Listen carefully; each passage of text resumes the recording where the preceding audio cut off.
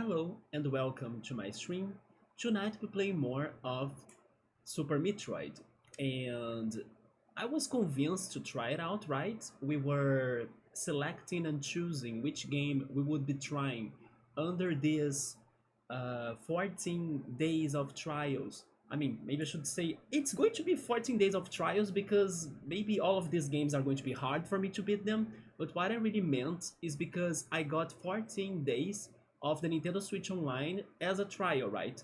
So we were choosing like which options we had to pick for us to play, and then Scapuni was like very smart, and he suggested in a very effective way that made a lot of sense to me that I should play Super Metroid. And the reason why I say it was very effective, it's because if it's not happening now with this opportunity, I think it wouldn't happen at all. Or it would be extremely hard for me to think of this game, for me to choose it myself, you know? So I went for it, it was a logical decision, and so far the game has been very tough. Not very surprised because it is completely out of my comfort zone, hence why I was thinking it would be very hard for me to pick it myself. But I'm trying to compare it and like think of the games that I have played and I even liked that could be closer to Super Metroid. For example, Cave Story and also Mega Man. I like some Mega Mans even though they are very hard. And also I was even comparing Metroid with Zelda games because you need to solve the puzzles, you need to find the upgrades, the items, but it's different because like there is not a particular dungeon, you know, while Zelda has their dungeons. Wait, there are dungeons.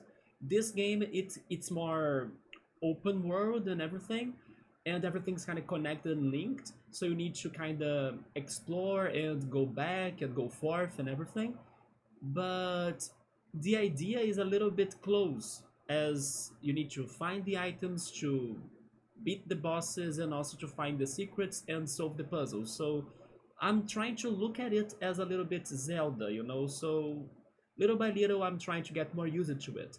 My biggest problem about it was because of the atmosphere, as it is about aliens, and you know, some aliens can be uh, ugly looking or scary looking, and then I'm not the biggest fan of that in general. But of course it is a dated game, or like it's an old game already, so I'm not struggling that much.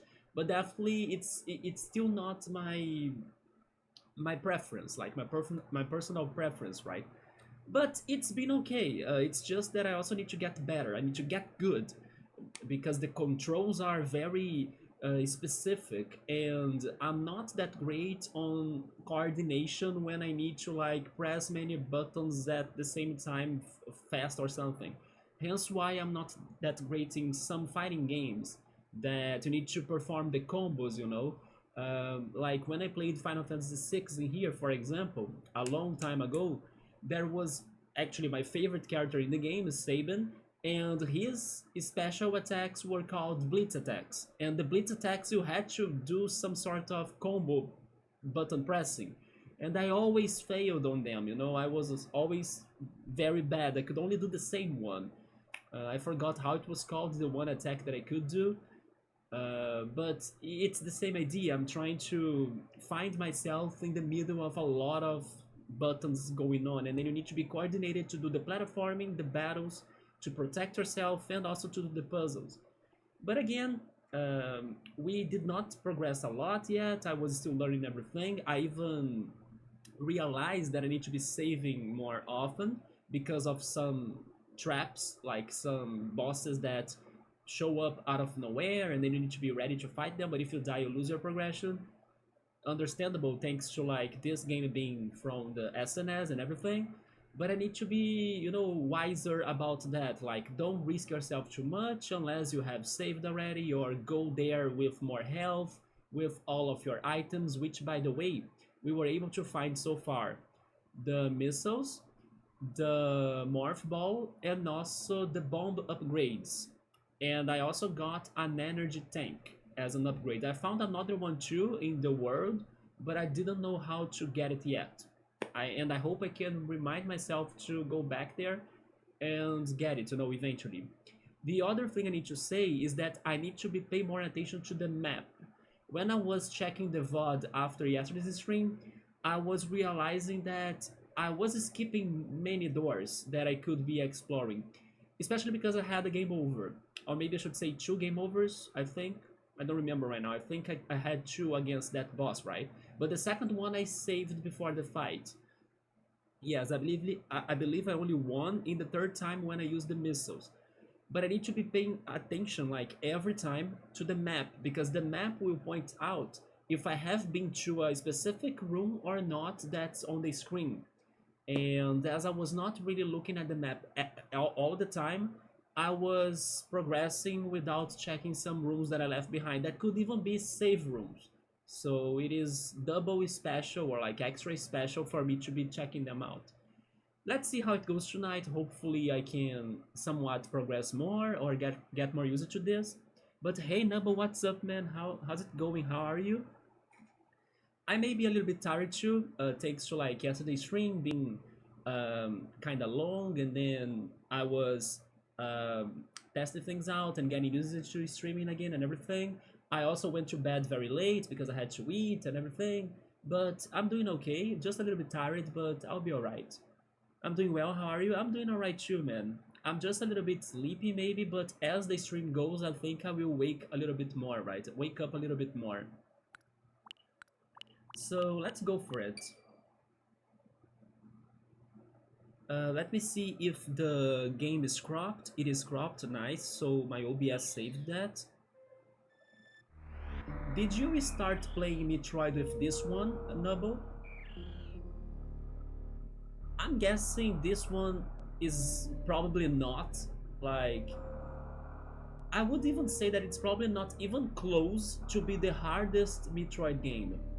I have the feeling that the last one that was out, Dread, was probably one of the hardest because it had that one thing about stealth mechanics, right? That you had to be careful about the enemies that were kinda invincible or something. But I wonder if the hardest Metroid game is actually the first one thanks to the bad mechanics. Or maybe a Prime Metroid. But then I actually have never talked that deep or deeply regarding the Prime games. And then I'm not sure how hard or easy they are. I just know they are very good. Okay, so we are in Brinstar. Wait, I pressed A and then I need to press A again? Yes, start. Okay, there we go. Wait, does that mean that I could pick the safe spot where I would be starting? Could I kinda choose where I would start the game? Is that how this goes? Like this is a teleporter maybe? I will pay more attention to that later because it kinda gave me that impression that I could pick on the map where I would be spawning, right?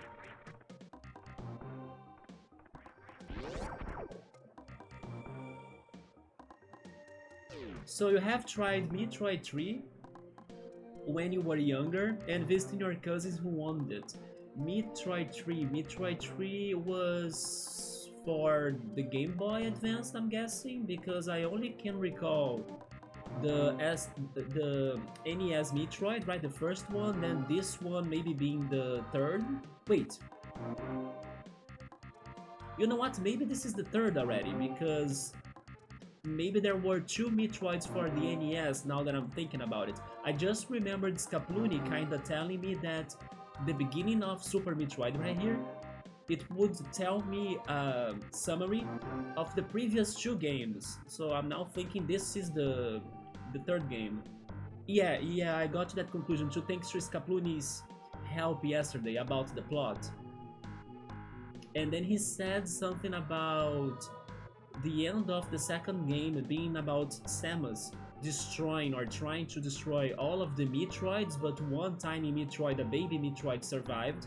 He was in the beginning of this game, and then Ridley showed up and kidnapped him, right? And the humans, I think, but I'm not sure if maybe some other aliens would want to like use those Metroids as an energy source or a power source, just not like or maybe I should say just not only the humans, right, would be after that um, resource, but then really got the baby Metroid to him, and then we might be after him, I think.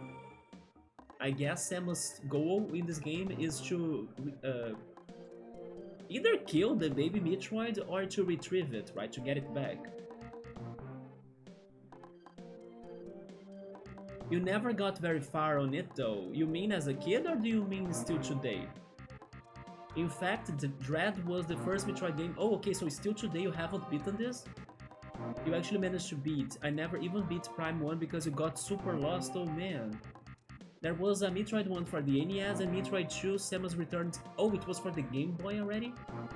I was thinking it was again to the... Or maybe I should say it was again for the NES. Like 2 NES games, and then this one for the SNES, and then the next one would be the one for the GBA.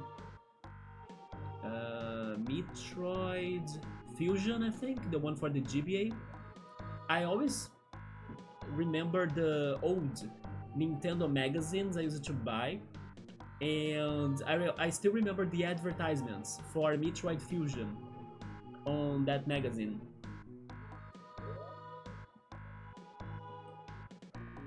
So if Dread was the only if Dread was the only Metroid you could beat, and I kind of think it was a hard Metroid already, I think, Nubble, that if you get these older games again, you might do a great job on them, don't you think? I don't remember if I have been here. Because, yes, I have not been here.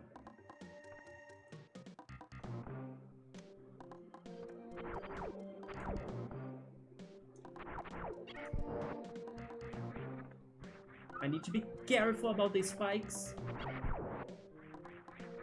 And the jumping that can go farther than what I wanted like that, but that worked. But I need to check if I missed something up here. Thank goodness I had a safe path down there. Yeah, the freaking jumping is a little bit unstable in my opinion. It sometimes goes too far, you know? Is that a missile upgrade? I'm surprised how I'm getting upgrades very quickly. I think it is. Oh no, it is a reload. Oh, but actually I got more. Nice. You know what? Things are very close by in this game. I was thinking progression would take longer. So Fusion is the 4th Metroid game. Yeah, and it is on the GBA. I still remember the advertisements. I wish I still had those old Nintendo magazines. I don't know why I don't have them anymore. Maybe they were thrown away by my mom.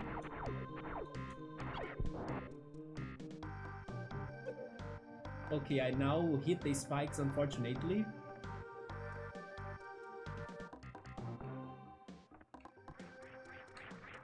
I hit the spikes again, and again, and again. I'm going to die. I can't get that life, right? You know what? Maybe I should be smarter. I know what to do now. Last stream, I realized that I can use the enemies to refill my items. So why not use them to get health again? You see? By the way, Nubble, is the audio alright? I'm kinda trying to keep it like it was yesterday, but during the day, as I was using my second computer to watch animes, I was watching a little bit of One Piece. I changed its volume, right? But I remember that yesterday I kept it at something around volume 80. So I put it again right now, and then I'm thinking it's probably close to how it was yesterday.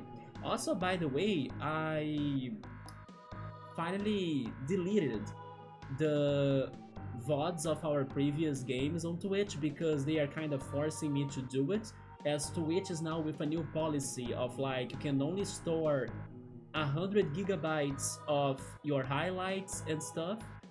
So I had like 4,300 gigabytes of storage thanks to all of our playthroughs and also the ones that I got from YouTube back to Twitch during my break. But I deleted everything again, and if someone wants to return to one of our playthroughs in here, now it's only on YouTube, unfortunately. But everything is in there and complete, right? Yeah, so I also had to delete them all because of Twitch's new policies, right? Or their new changes. Actually, I think Nintendo changed the Metroid timeline recently by making the order go Metroid 1 to 3, then Prime 1 to 4. That's something that I never realized, but Metroid Prime is connected to the story of like the normal Metroid games then? I mean, it kind of makes sense, but it never clicked to me, right? It always sounded like another, not really a spin-off, but you know, a side story. Maybe a little bit like a different timeline of some sort. Wait, of some sorts. But interesting, so they are all connected. Every Metroid game matters to the plot, or like to the story, right? Also, hi Piero, good to see you. How's it going? Piero, by the way, I was waiting for you to show up. Also, I kinda noticed that you were lurking yesterday, so thank you so much for that. But I wanted to tell you that we should have a talk about Pokemon TCG Pocket soon. Maybe I could go to Discord either later today, but maybe tomorrow, and ask you the following. Do you have the cards that I need to trade with me, please? Because there are some specific cards from the older collections that I'm looking for, and maybe, I don't know if you have already collected them all, or if you are missing any of the cards, we should, you know, try to see if I have a spare card that I could trade with you and vice versa. But how's it going, man? Good to see you. So Prime 1 to 4, Other M, then Fusion, and then finally Dread. Other M. Other M was also for the GBA, I'm not sure. Which the Prime games is to be considered non-canon, so they turned canon. Yeah, I was with that doubt. It never clicked to me before that they could be canon, but then maybe some events got, or they became canon with time, right? I'd love to trade some things, I'll take a look for sure. I'm actually very consistent in that game, I know, right? And I'm at level 42 now, damn, good job, good job. I have only been doing the free stuff, right? And I kinda lost my drive a little bit for the battles. Now they are getting too competitive maybe, or too hard to organize the strategies for the battles. I don't know, I kinda... Maybe I should say that actually the rewards have not been too... what is the word? Not satisfying, not too... worth, there we go. I think the rewards for the battle events haven't been too worth the effort, you know? Like, especially when you have to win like 5 consecutive battles in a row, that has been like very frustrating in my opinion. Especially that one, but even the one that you need to win like 40 or 45 battles, it got me tired already, so I'm now focusing the most on the collectibles. Oh, Other M was a Wii game, so the Wii probably had the Prime games and also Other M, because maybe the first Metroid Prime was for the GameCube, but I kind of think that the Wii could get 1 or 2 of those, right? But I'm not missing many cards, but I'm missing some specific ones. I think the Gyarados from the Genetic collection, but the Gyarados not the EX one, it's the regular one. Then maybe the Blastoise, if I'm not mistaken, I'll need to check it. Raichu too? Yes, it's some specific cards. I do Battle Pass only, and I agree with the battles, right? The battles have been already kinda disappointing or frustrating, and then you keep on seeing the same decks all the time, doing the same strategies, and depending on luck, with like the freaking Celebi. Now probably it's another one thanks to the new collections, but I was getting exhausted of the repetition of everything. The new mini set has helped with my interest in the battles a bit. Mini set. Oh, do you mean like the Arceus collection? That's like a mini collection, or maybe the previous one, which was the Mew one. The cheese strats are too easy to pull off, which kills the game. That too, right? Everyone can easily Google like, oh, what's the meta deck for Pokemon TCG Pocket that will win a lot, and then they keep on repeating it. It's being kinda annoying, you know? My deck there, it could be considered a little bit meta, I guess, but maybe not too common.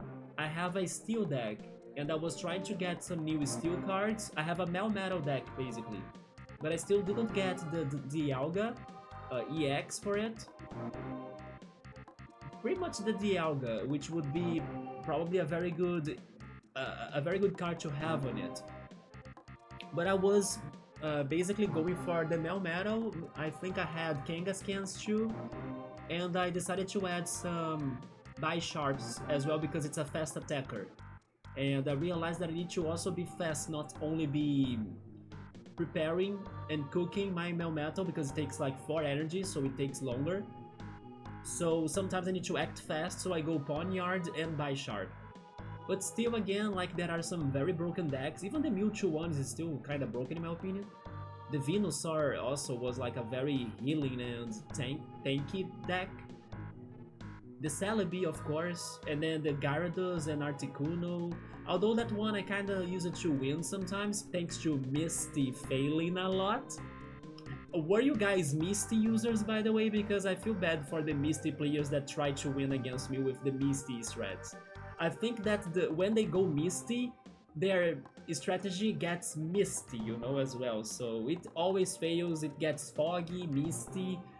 They can never see what's happening, but normally that's when I lurk in the shadows in the mist and then I stab them and then I win them. That's how it goes for me when I need to face the misty decks. Hi Subaru, what's up man? How's it going? Were you, Subaru, playing the Pokemon TCG Pocket? I'm not sure. Nubble seems to have been playing it, right? What are your decks now? Which cards have you been using as your main in Pokemon TCG? Like I said, I have been going most of times with the Steel deck. Prime 3 and Other M? Those two were for the Wii, right? Oh wait, GameCube got two Metroids? Okay. Maybe I underestimated the GameCube a little bit. Especially because the GameCube was one of the consoles that... There we go, the screen was kinda not showing up. That got few games, right, from Nintendo. So I was kinda not thinking it would get 2 Metroid Primes.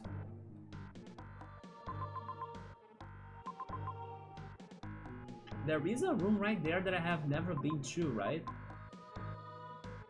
Let's try reaching it.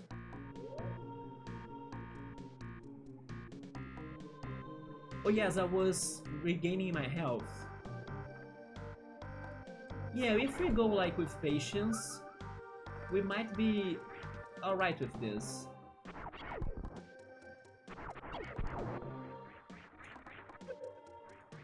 Especially when I'm that bad. Yeah, so Triumphant, I'm hoping that I'm pronouncing it right. Triumphant. Triumphant Light with Arceus. I got an Arceus yesterday, by the way. Just before going to bed, my free booster pack timer was available. I got the animation Arceus card, which was great because it was a while since I last got one of those special cards. Even the EX cards have been kinda rare to me.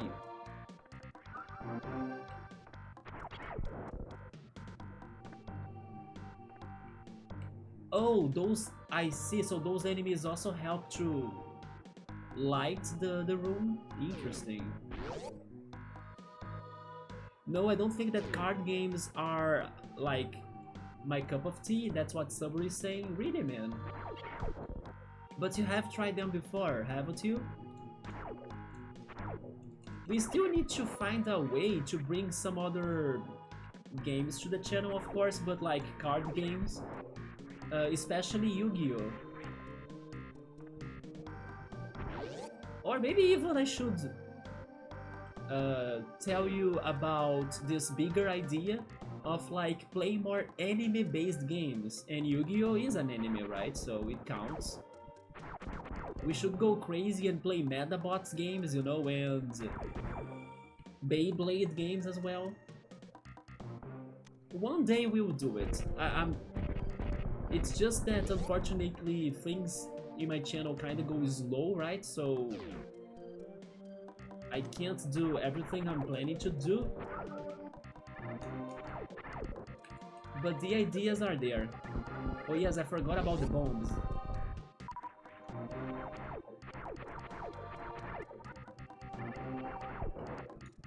Thank you for your health. I haven't touched Pocket since before the first mini set, so before the Mew collection, right? Lucky Nice, yeah man. I am still missing Glacian. I got Glacian. I got Glacian and Lithium. Maybe the only EX cards I got from this mini set. And Arceus. It's so weird seeing Nintendo fail to properly emulate their own games. The lack of visuals of your basic beam attack really irks me, considering the SNS could show every shot properly. So yesterday I was complaining about the boss fight when I was getting hit, and how my character disappeared, how Samus disappeared, right? She vanished when I was taking hits.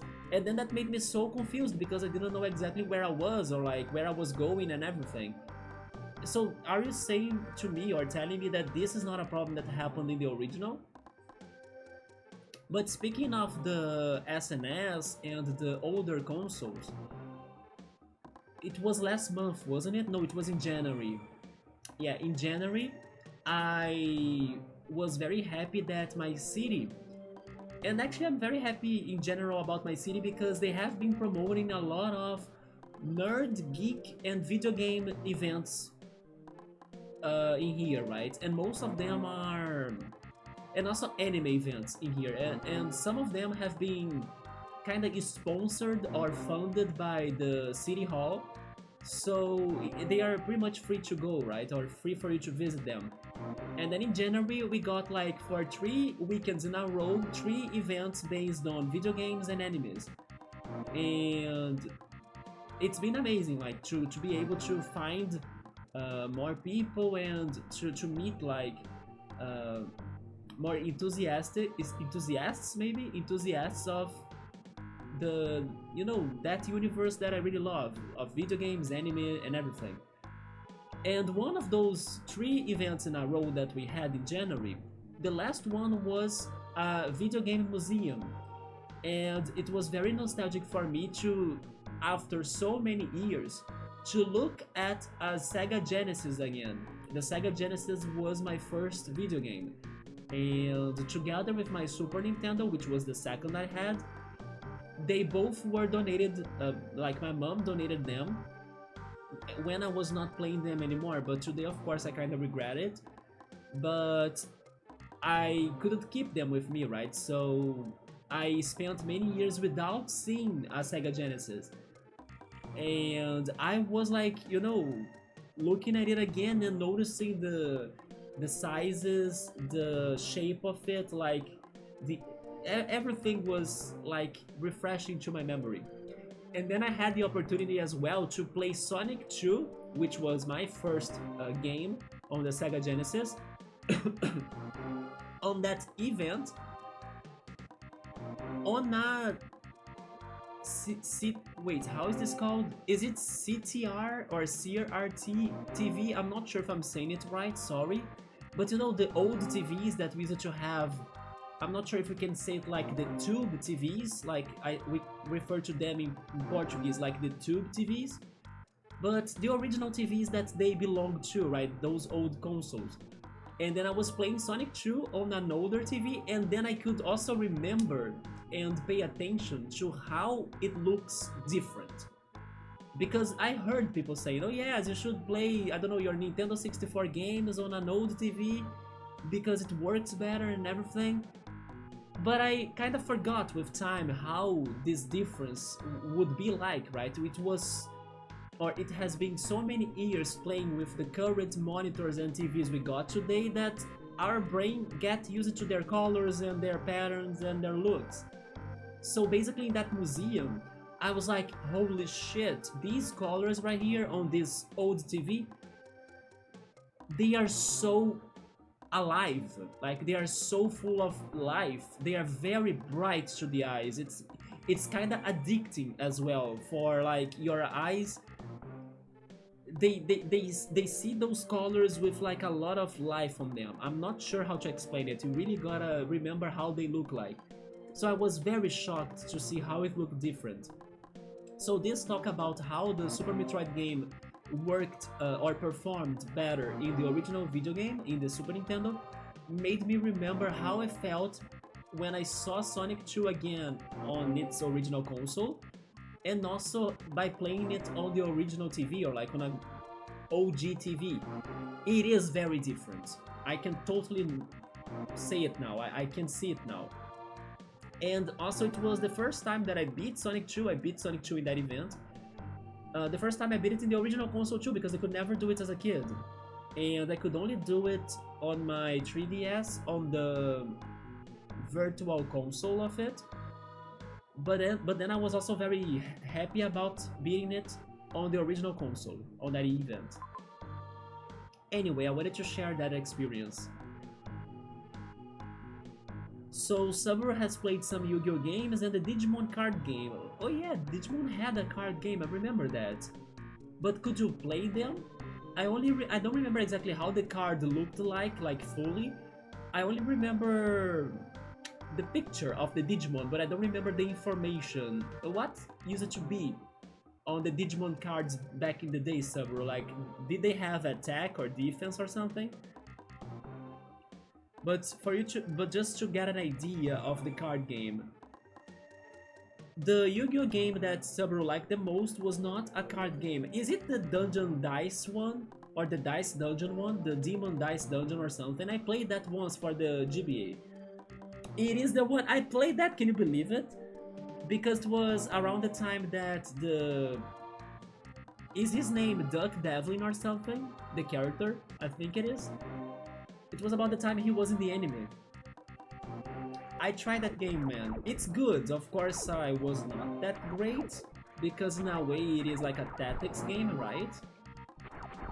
We could try that once in here, by the way. Oh, this is totally a passage. Huh. Oh, there we go. We need the bombs.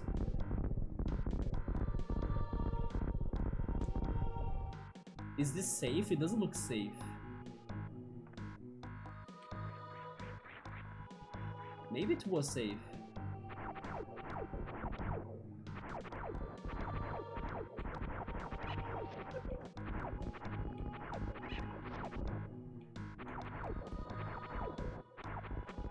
I cannot hit them, right? Okay, so we are going to get to a bigger room.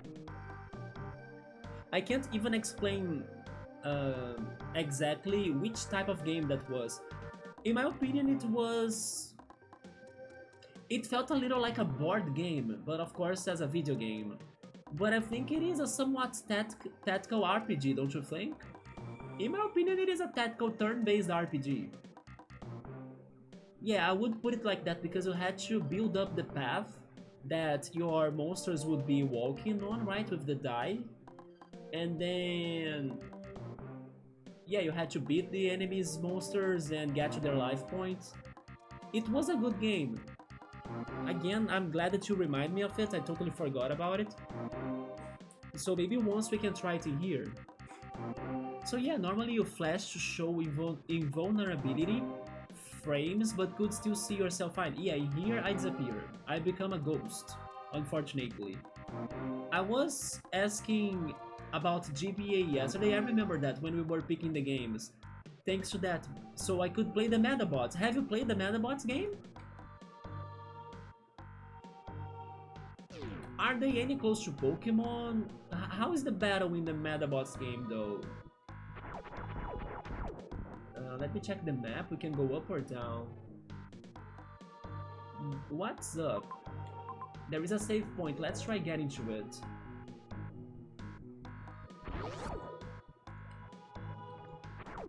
Wait, is this a reference to It is not a reference to Mario, but looks a lot like the Mario's pipe, right? Speaking of which, I even posted that on Discord today. I saw that the Brazilian samba school, because Carnival ended today, right, here in Brazil. And then some people even say that, oh yeah, now the year has started. Because the year only starts in Brazil after Carnival. Because before Carnival it's still vacation, partying people and everything. So yeah, maybe tomorrow it's the first day of the year here. But yeah, I was checking out the news and then I saw that the samba school that won the competition in São Paulo, not the real one, but in São Paulo, had a decorated car that was based on video games and especially Nintendo characters. And then I post a video of it on Discord if you're curious. It's funny that the Pikachu of that car looks terrible. It looks like, I don't know, fake Chew, you know? It looks so not like the original. But I think it probably happened thanks to maybe copyrights, and of course, as it is Carnival, some people might have some freedom of designs, or maybe I should say freedom of thought to like how to compose their designs for the characters, so that's understandable. But it is a weird ass Pikachu still. But yeah, it had Toads, Mario, Bowser, Donkey Kong, Luigi, it had Kirby, and then there was even a floating Pac-Man balloon as well that looked very nice.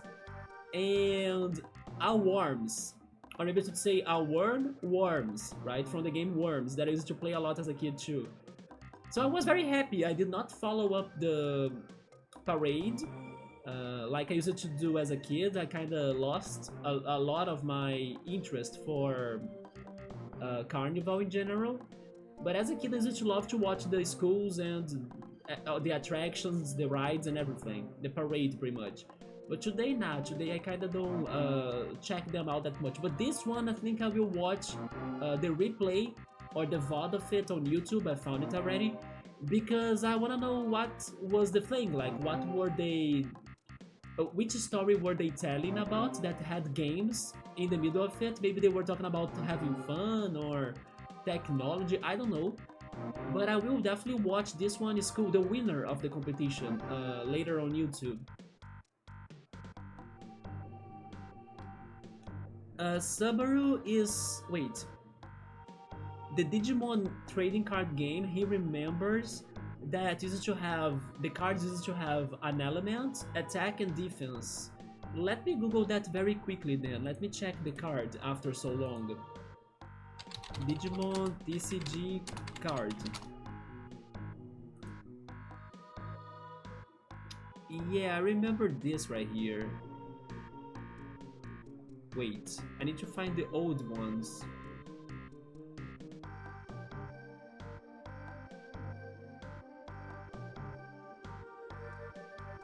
I wonder if they started selling those Digimon cards by the time of the 3rd season, right? When Digimon Tamers was being aired.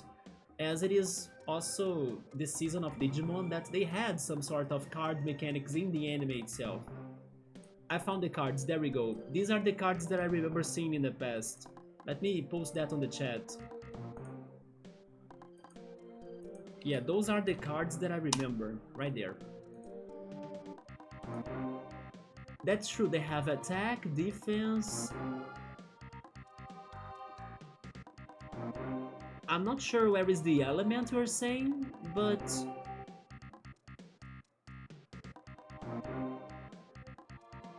yeah, those are the ones I do remember.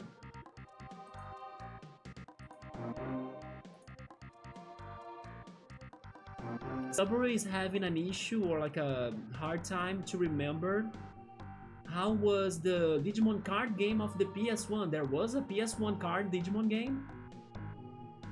Because Digimon World 3 had a way for you to play the card game too. Just like what Final Fantasy VIII did with the...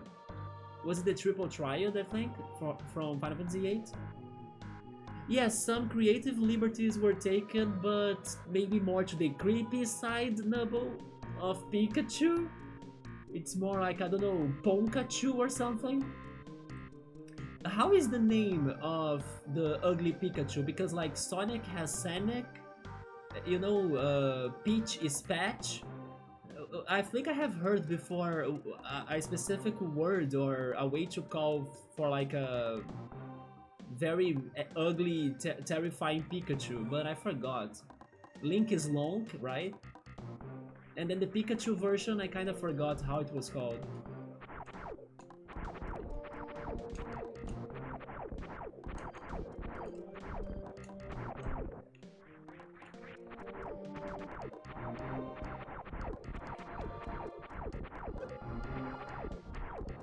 I need to upgrade our laser beam or our buster because I need to hit them many times, you know, and then I can't do it very effectively. This right here is totally the secret for the save point. There we go. Yeah, thanks to finding that map upgrade, now I'm feeling much safer about using it to progress. And then I'm not feeling as blind as before, like I don't know where to go, I don't know where the rooms, I don't know where is everything. But still I need to be paying attention because it's easy for me to skip something. And why did I fall? Okay, I will not survive if I stay there.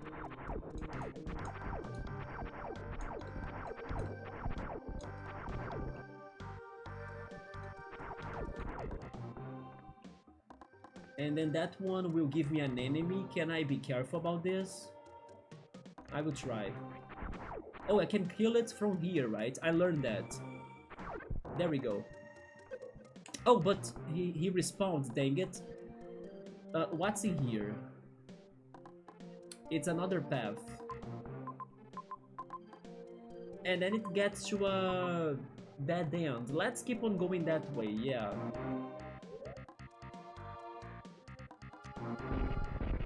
But I might die. Let's see if I can be careful or... I cannot return? Oh yes, I forgot about the energy tank. Changing strategies, just go fast. Are those enemies?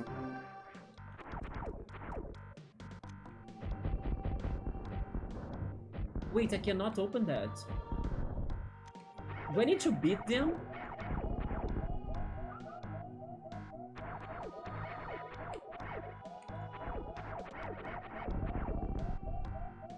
To open that? I'm not sure.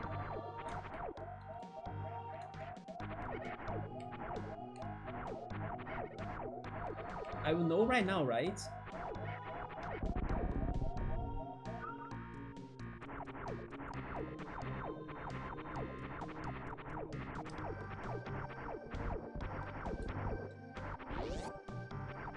Anyway, we survived, but we got very hurt. It's fine. Oh yeah, look at this. I had to beat them. Interesting. So what's up here? A boss, maybe? It is a boss. Yeah, I will not win, I guess. Oh my god, it's a Marlboro from Final Fantasy? What the hell? I need missiles, okay. The spores give me the missiles. Let's go to the missile launcher. It's funny that he also reminds me a little bit of something I said yesterday. When I was talking to Scaploony about Donkey Kong Country 3, and then that it could be a hard game, and it had like a specific clamp-like boss in one of the worlds, which was a spiky clamp. This is just like it, and then you need to hit its center when it opens. Oh, they do drop life. That's good. Let's see if I can be farming life and missiles. Missiles are replenished though, okay. Can I get that though? I might not. And then I'm also... Oh, I could. But I'm also like hurting myself. Never mind, let's see if I can beat it first try. Let's just be careful.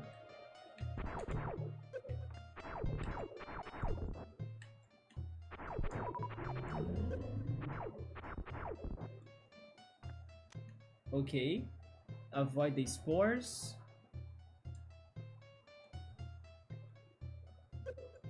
I was pressing down, but for some reason she is not going down.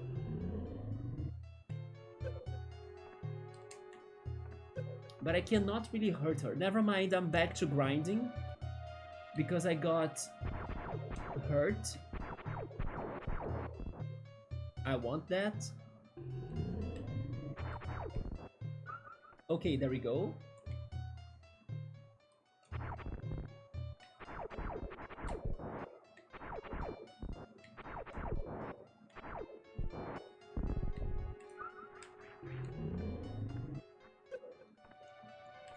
It's very fast. I need to be fully ready. Oh, wait, how am I down? No, never mind. I'm not down to 10 of health. I recovered my health tank, right?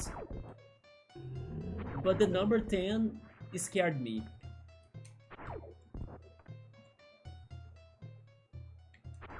I think I got this, but you gotta be patient with me, right?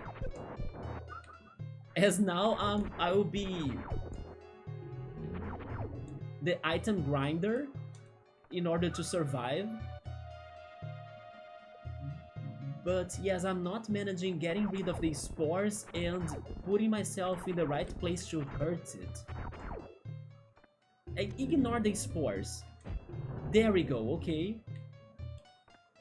Yes, the spores are very annoying, so I cannot do both things.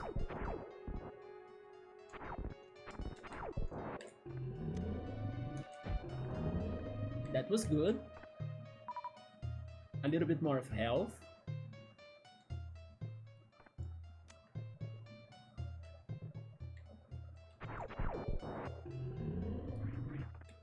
No, I won't get there in time this time.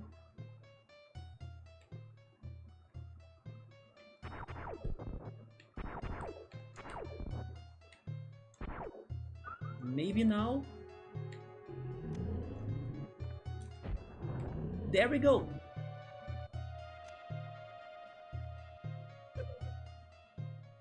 He's probably going to have a phase 2, right? He's kinda more aggressive and faster now.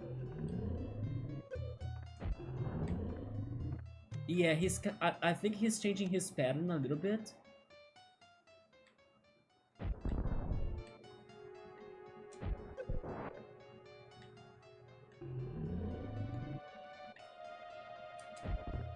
I missed it.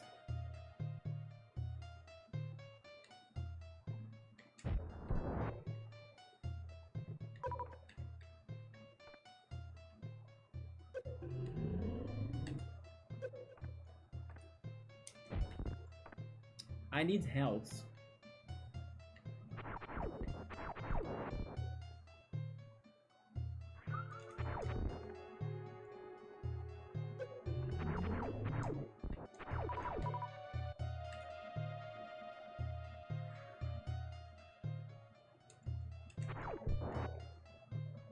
Thank goodness this is a somewhat forgiving boss fight.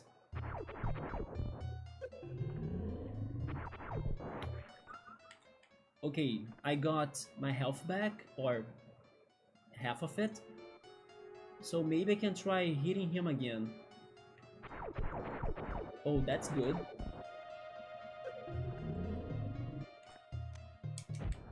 There we go!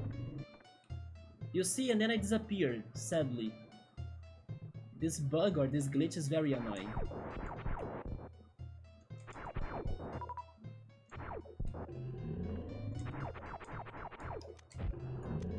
Oh shit! Samus!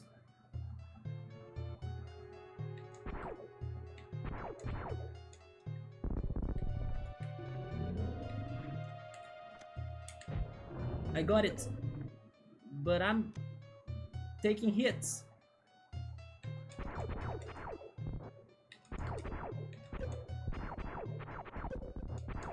Give me health, please! Or kill it already! I won't be able to be here forever. My perfect strats are not that perfect. Oh, he's not!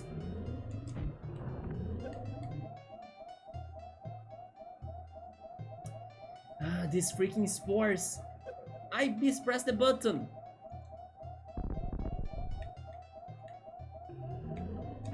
Go, go! Jump! Dang it! I missed it. If he hits me again, I'm dead, right? Use the bomb to protect me from the spores. I think it's a better strategy. Don't jump, though. Okay, okay, okay. Yes! Jesus! There we go, guys. I don't know if that was a good fight or not, but I'm proud of myself for like taking my time, being patient, and yeah, pretty much grinding and farming, because otherwise I would die. Hi King Gaxa, welcome, how's it going? It's been a minute, it's been forever, right? Hopefully you have been doing great. Let me catch up with the chat now. So Sabur has played many of the Medabot games. I think the GBA ones were the best. Are you telling me that there are Medabot games for other platforms? Like, I'm guessing a Nintendo DS? Which could make sense, as the Nintendo DS is one of those platforms, just like the SNES in my opinion, that there are games of everything. I would guess that the Nintendo DS is probably the one console by Nintendo that got the most amount of games. If it's not the DS, then I would say it's the SNES. It is crazy how many games are there for the Nintendo DS. The two versions, yes, I have heard they have the Rokusho and the Kabuto. Yeah, because of Maridia, right? Yeah, Maridia and Rokusho versions. In Digimon World 1, you could collect cards. We played Digimon World in here, but were there cards? I just remember filling up the Digimon decks, you know? I forgot the card game of it. Was there a card game? But they were just images, no mechanics. I really forgot about that. Refresh my mind, guys. Like, how was those cards for the Digimon World game? I have never heard of a word for ugly Pikachu. I have the feeling I have before, but I can be wrong too. Maybe that's also why I could not remember it right now. I only know of Chonkachu. I remember of the freaking South Park episode that they had a joke, or they made a joke on Pokemon. They had the Team Pokemon, right? I just remember that. It was one of the few South Park episodes I watched as a kid, because I used to be somewhat disturbed by that show. Yeah, Chonkachu. Chonkachu is the OG Pikachu, isn't it? The one from Gen 1? Yeah, the old art style. I have heard of Chonkachu, yeah. Then Google says that the ugly Pikachu is Mimikyu. Oh my goodness, no, Google is wrong. Mimikyu is Mimikyu, it's himself. Did you see, by the way, in the leaks, in the Terra leak, I think, that they found a concept art for Mimikyu without the cloth? And it's, of course, pretty much the shadow thing we always see, but, you know, it is a little bit easier to see it with the concept art. Yeah, there was a leaked image of Mimikyu without the cloth somewhere in the internet. GG, thank you guys. I'm sorry for the bad gameplay, but, you know, I'm trying my hardest, and if I can take my time like I took in this battle, then I think I have a chance to go and to perform somewhat okay regarding progression and not dying. But definitely I'm not a speedrunner, I'm not like a pro gamer on games like this, but I was patient enough to do it.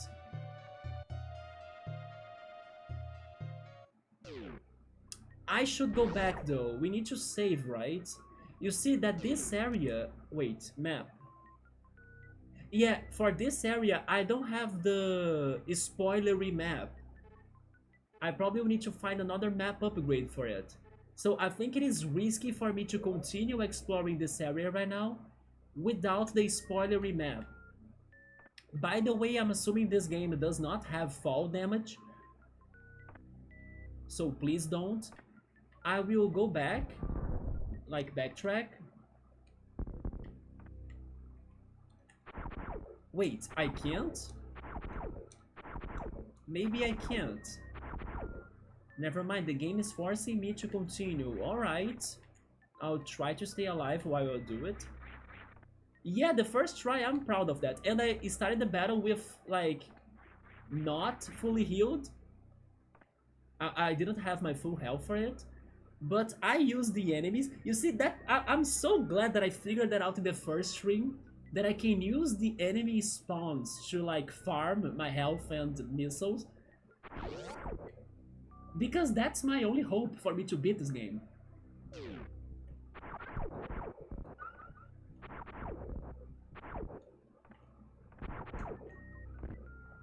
They want me to enter the pipe just like in a Mario game. Okay, this is going to answer me if I have fall damage. I don't have fall damage, right? If I didn't got hurt thanks to that, nothing will hurt me regarding falling from heights. There we go. Thank you, Metroid. Oh, the super missile. Okay. So what can I do with you? Do you open the green doors?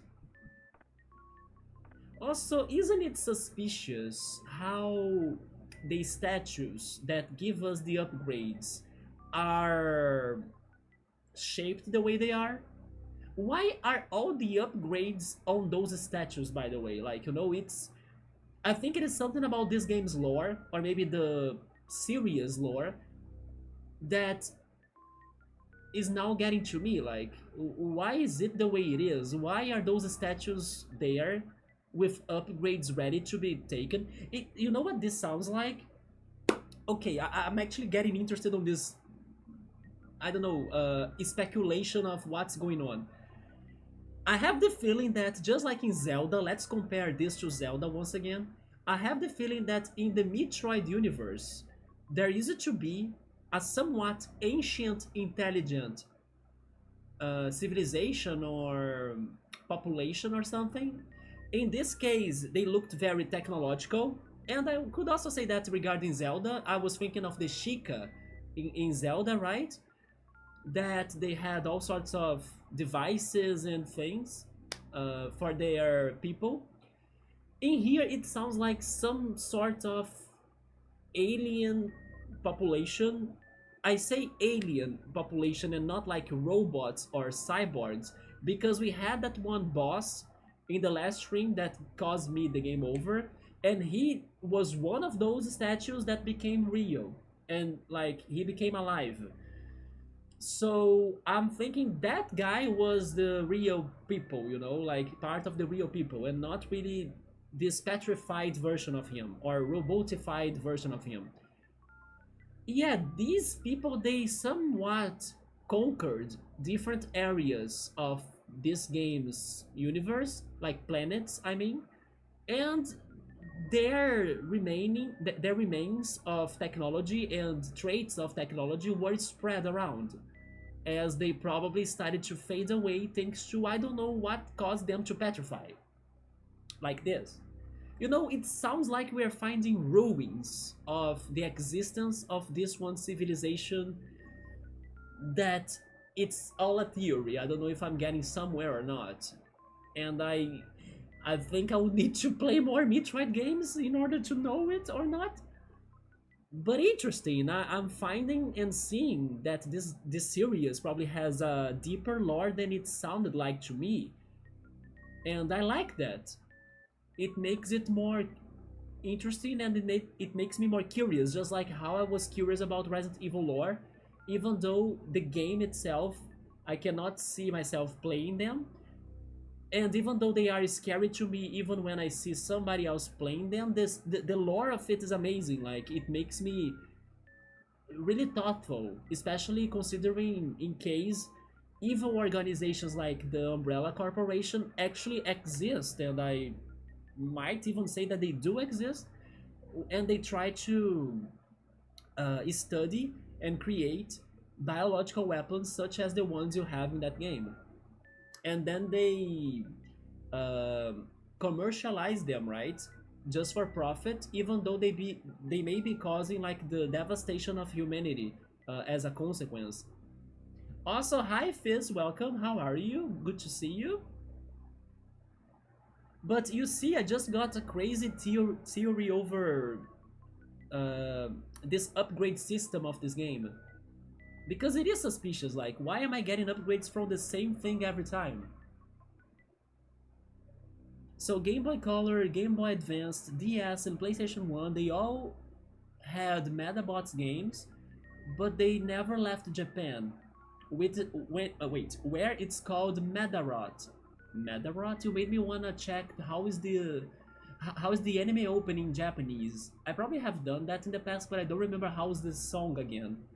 Which, by the way, I wonder if um, like Nubble, Fizz, maybe King or King Exo, and Piero, if you guys have watched the Medabots anime, did you used to like it or something? Because I used to watch it a lot in the Fox Kids channel, right? That became Jetix with time. You have not seen Medabots, man? It is a Pokemon clone of some sorts, but I don't know, it definitely is more simple in a way too, but not necessarily that makes it worse. Let's just say that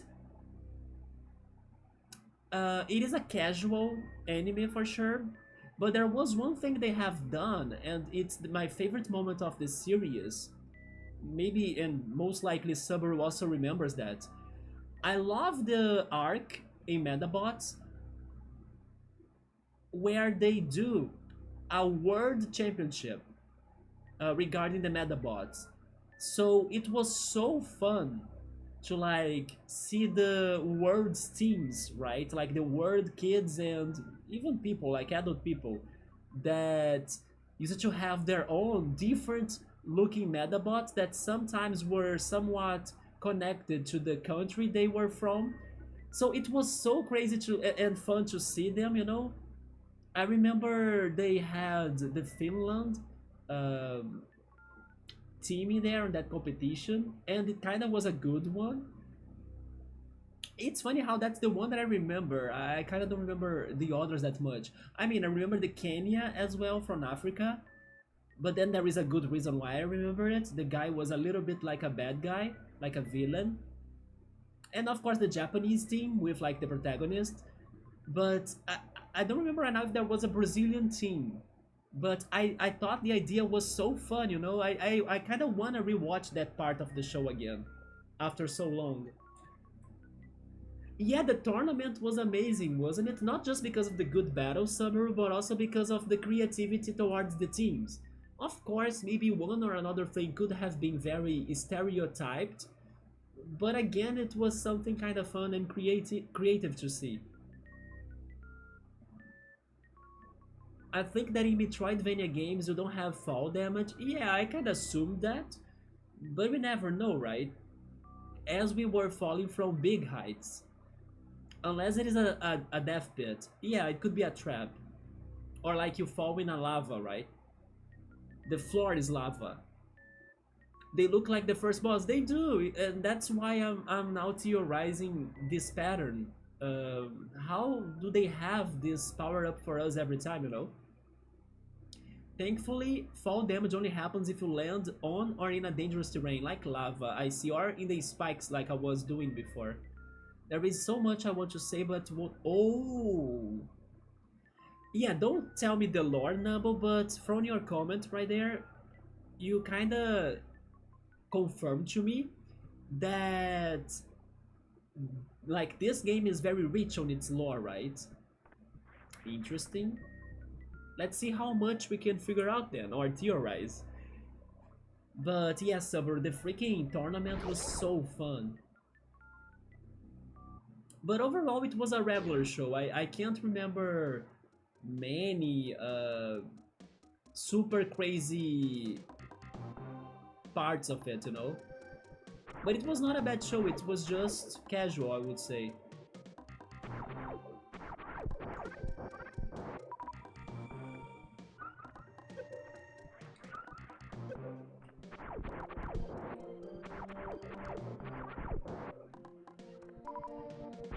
So maybe those new missiles are for this.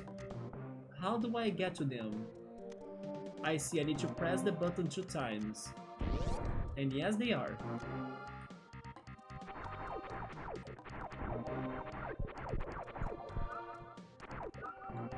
And the enemies also drop the super missile, okay. Yeah, this is the perfect moment for us to save the game, isn't it? We got after the second boss I found. Then we got a very good new upgrade. Oh, really? But like I was saying, you need to be aware and used to so many different weapons and buttons and mechanics that I get confused with like, oh yeah, I need to activate the missile, but it's the other missile and then you need to go down 2 times so for it to morph. I get lost with the commands, you know?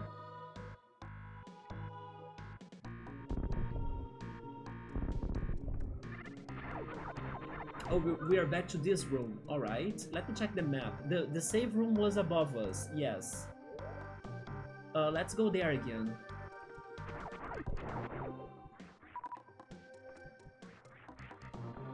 There is now an orange room as well. That's probably for another missile upgrade.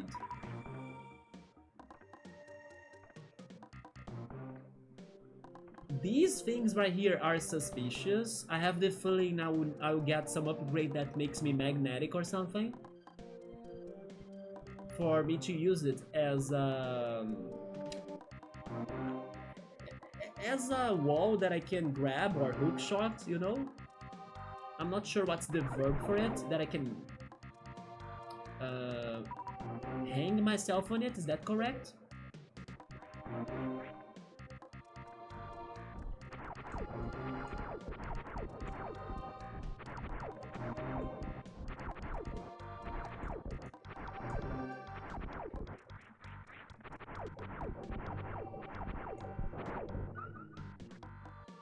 So there we go, this is the save room.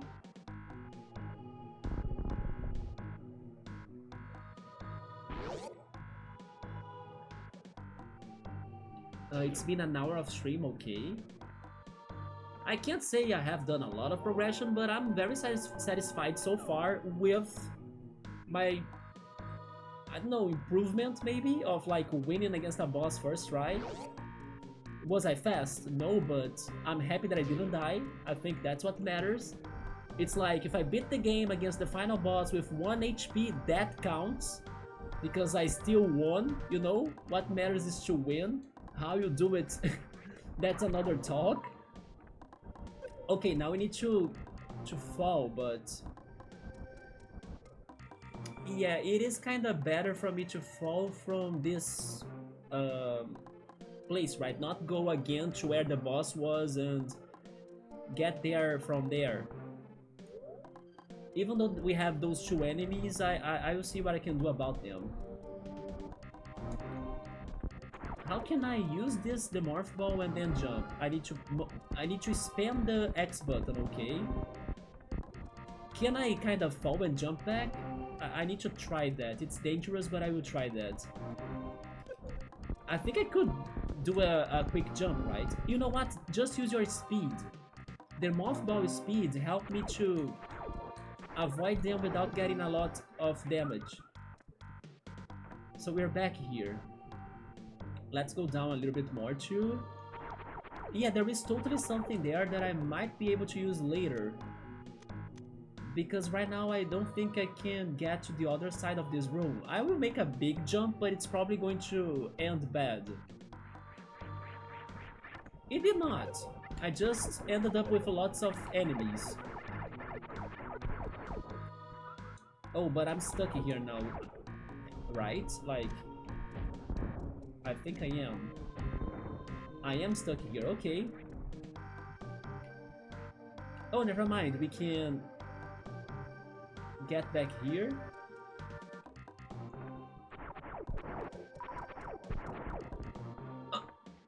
It's a freaking... That makes no sense, right? How those stones right there, they easily get destroyed as I step on them, but when I shoot freaking powerful bombs and missiles, they are sturdy and resistant. That makes no sense.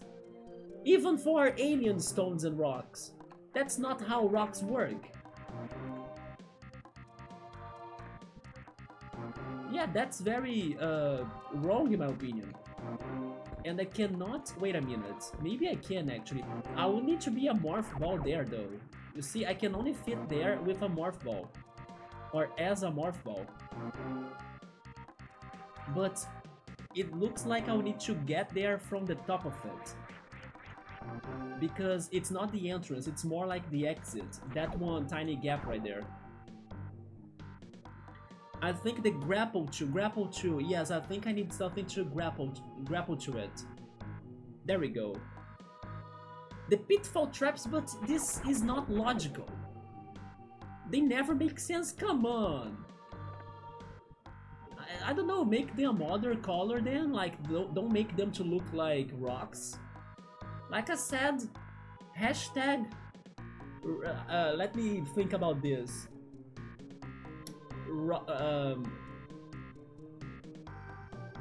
Wait, I wanna get to a very good way to say this.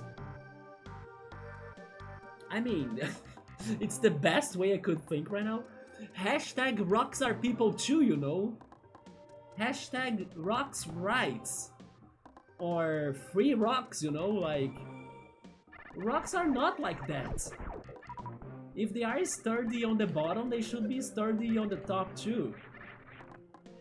But anyway, let's just keep on going and not get hurt anymore. This is a very Brazilian enemy, by the way. Look at his colors.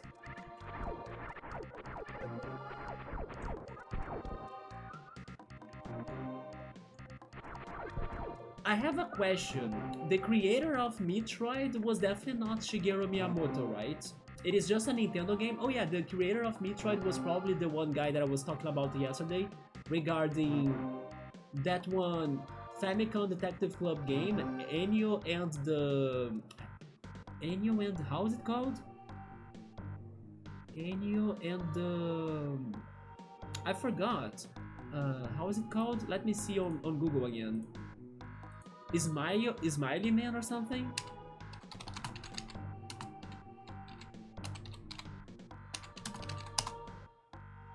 Ennio the Smiley Man, there we go. Yeah, the creator of that one game was either the creator of the director of Metroid Dread, but I wonder if he was also the creator of the series, maybe not. I'm saying that because these green pipes are like a Mario reference to me, and I wonder if that's what they were supposed to be, you know? If it is an intentional Easter egg. Rocks are pets too? Seriously, there is that hashtag? I haven't heard of it. Go Rocky? Go Rocky is more for Rocky Balboa, right? And Rock for Snail Race. Rock for Snail Race? What the hell was the last one?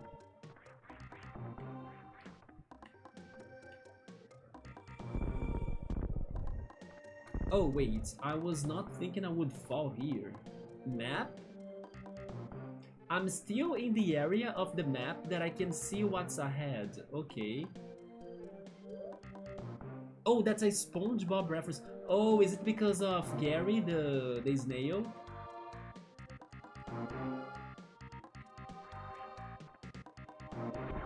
Can I destroy that? No. I just learned something. Remember when I was saying that I was trying to learn how to jump as a morph ball?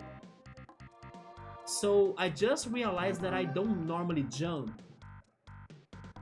What makes me jump is the impact of the explosion of the bomb. You see? So I might need to use the bomb to get the height.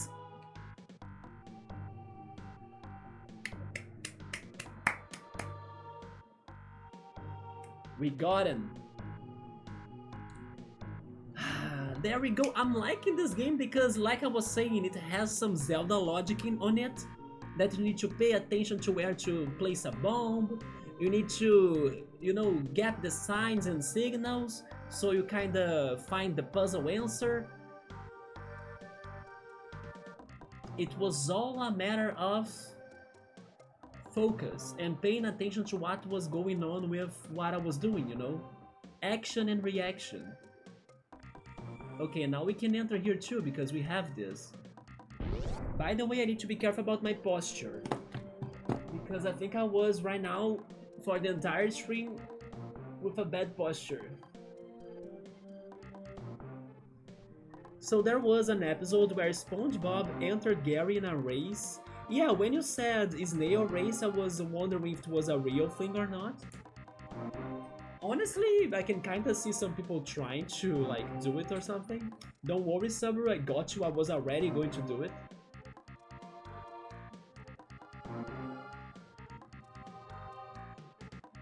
Wait, Patrick entered a rock into the race, oh Jesus. It's so fun to see you logic your way through things, you see man? Let's go, I will totally get stuck sometimes. For example, that one laser puzzle where we got, I think, the missiles? No, it was the morph ball. Yeah, when you get the morph ball, like that one room, there is still a puzzle in there regarding the laser beam. The light. I don't know what to do about that. So I will get stuck sometimes in these puzzles. But yeah, I need to really analyze everything very deeply. So I'm sure to not be missing out something, right? Something important. Maybe there is even a way for you to combo those bomb explosions for you to be bumping on air with Samus. But then I think that's going to require a lot of coordination and skills that I might not have. But I think it's maybe possible, let's see. Oh, never mind, because the bombs, they have their time, right? So before the second bomb explodes, I will already land. Never mind, I kinda bounced myself.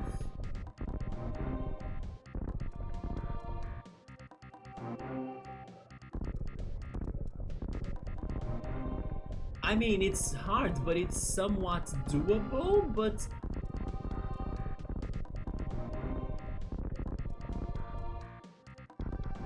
Wait a second, I need to think about this. Never mind, I kinda did it once, but never again, right?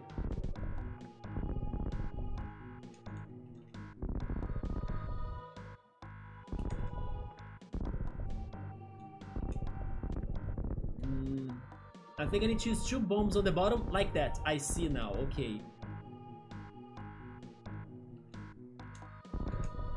You need the first bomb to put yourself up, so you place a bomb up and then you leave a second bomb on the bottom, so when you are falling, it brings you back to the bomb on the top, you know?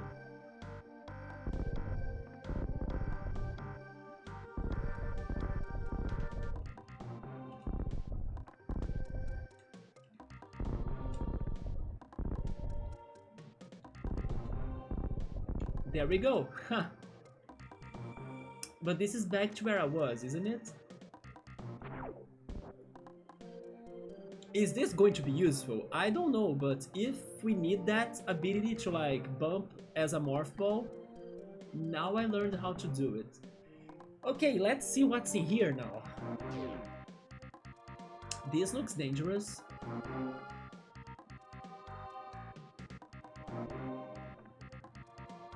A very big room.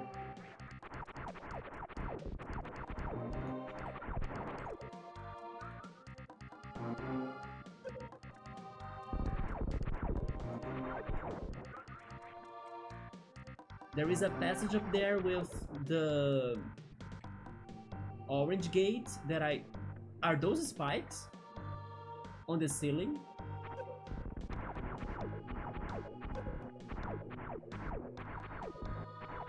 I think they are, I'm not sure.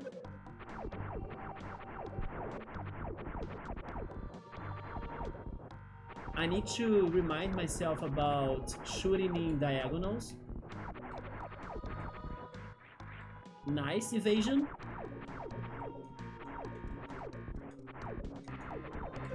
I need some sort of buster upgrade too, not only the missiles. Oh, I did not see you here. And what about this? Oh, okay. It's a timed door.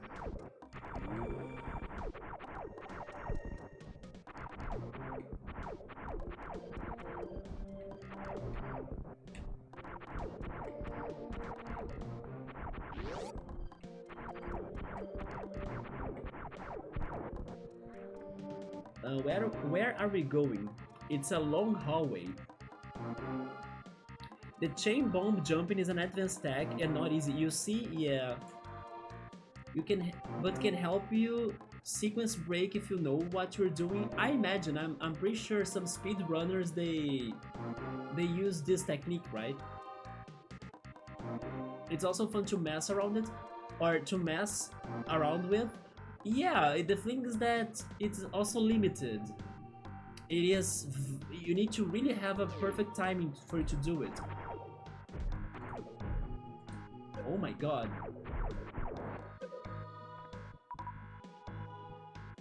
I need to find one of those easy enemies to farm. There we go. I was asking for you. Thank you to... Wait, there we go. Thank you to hearing me and then coming to my aid. Or actually, do you say it like coming for my aid? Yes, I think for, right?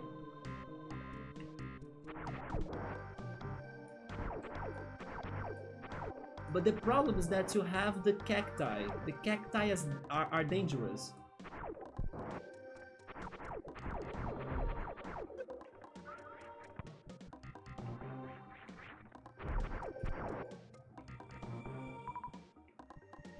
Those are also dangerous up there.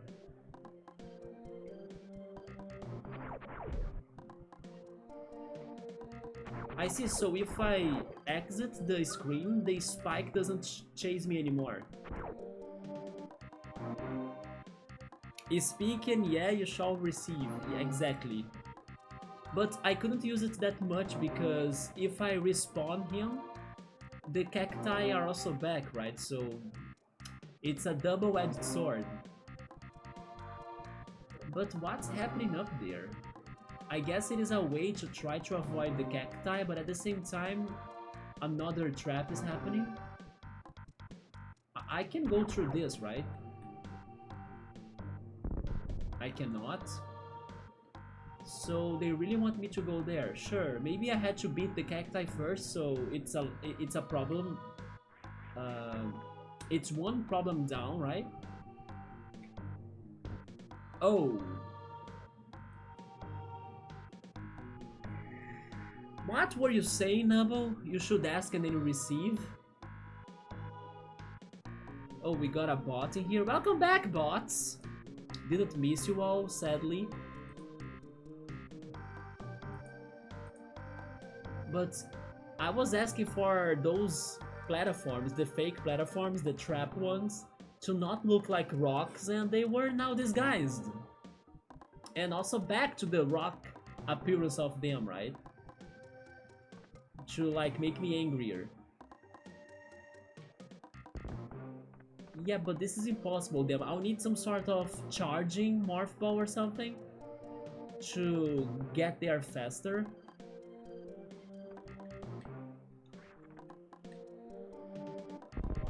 Yeah, bouncing will not do it definitely. We are going to return here later. Again, the problem is going to be remembering myself of this, but sooner or later we do it. Especially if I can somewhat find this area's map upgrade. And then it's going to be pointing in there that I haven't explored everything in here, right? Never mind, I have the map upgrade already for this. Okay, so it's going to be easy for me to remember to return later. Wait, what about this though? What?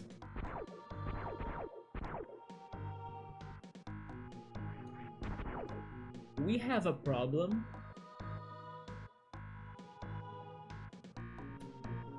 Do they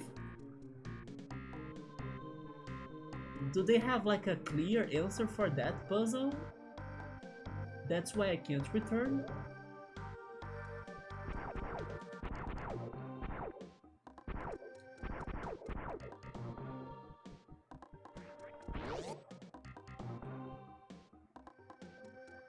Are you kidding me?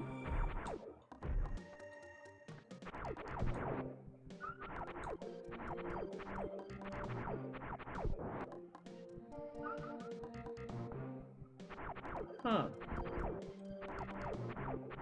We need to think about this a little bit more, guys. At least I learned how to face the cacti.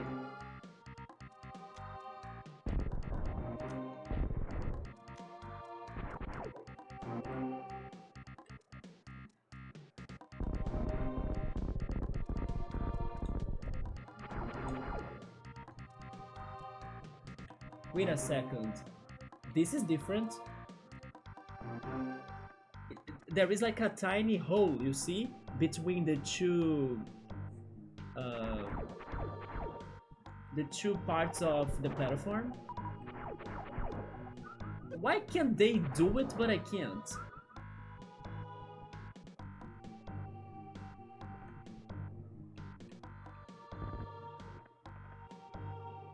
Interesting.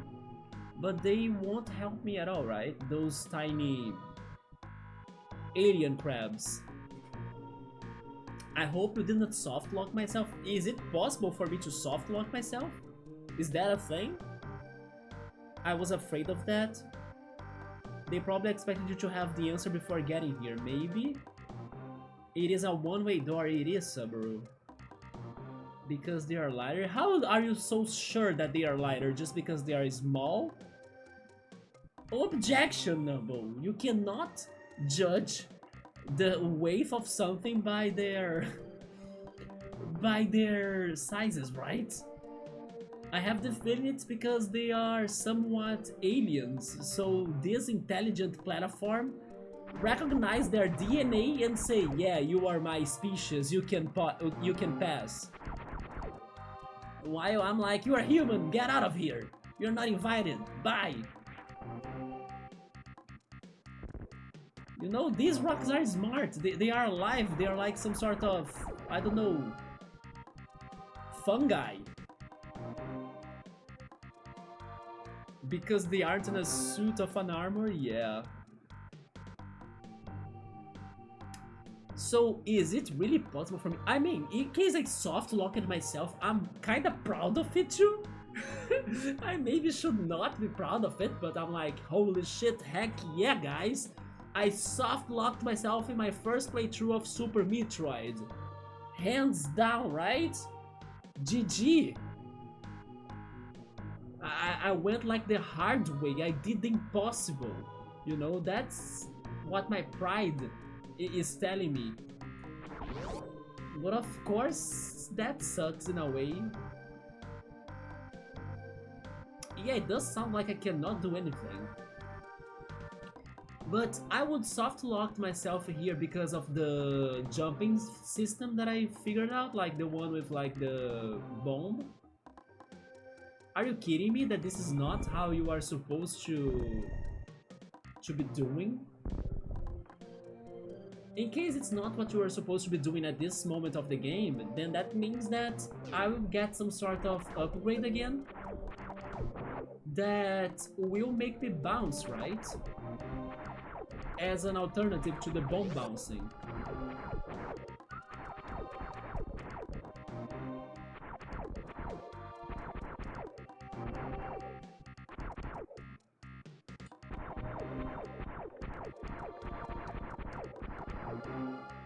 Do you guys want to check if I'm soft lock or should I just give up?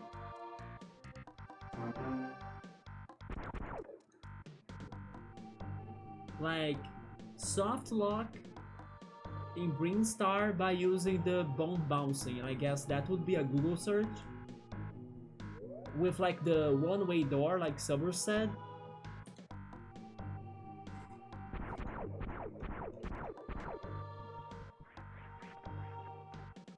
I have no idea how you would check if I am soft locked or not. I would Google it like this, you know? Probably a Reddit forum would have that discussion. You haven't seen a motive for me to be soft locked? Well, I can't open this, or I don't know how to open this again because I need to hit the button from the other side. But sure, I cannot break it, right?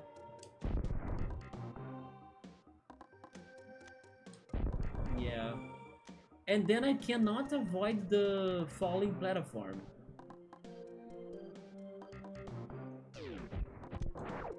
Oh, I was wasting my missiles.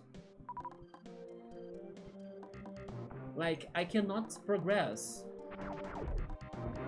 in that platform. You see, I always fall and then I get stuck right here. Right here. I cannot get to the other side. Unless I'm missing something out, but it doesn't sound like that.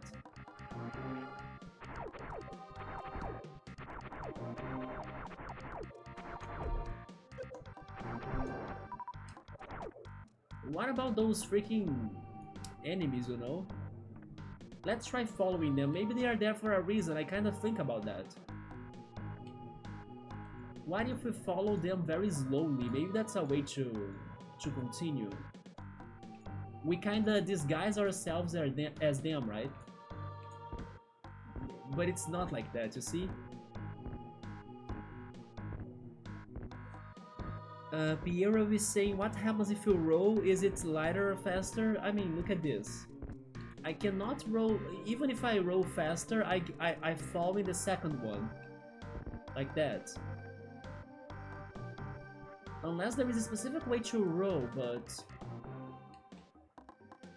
by using the bombs?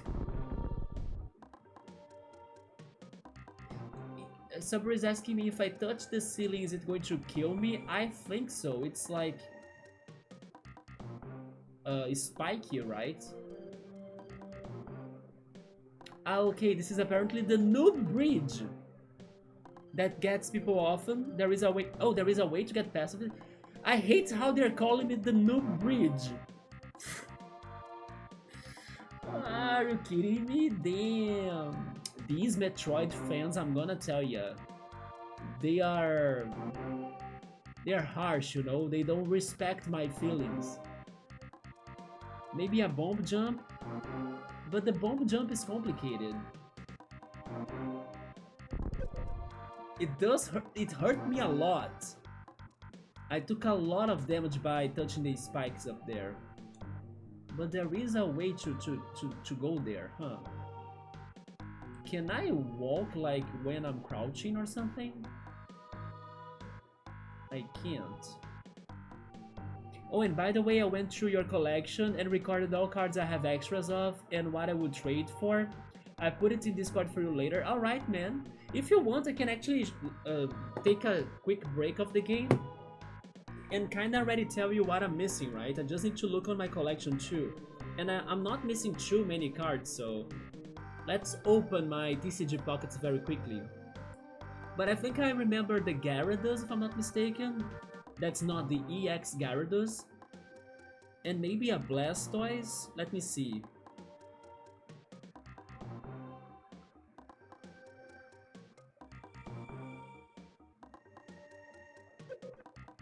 Oh, the crabs are back!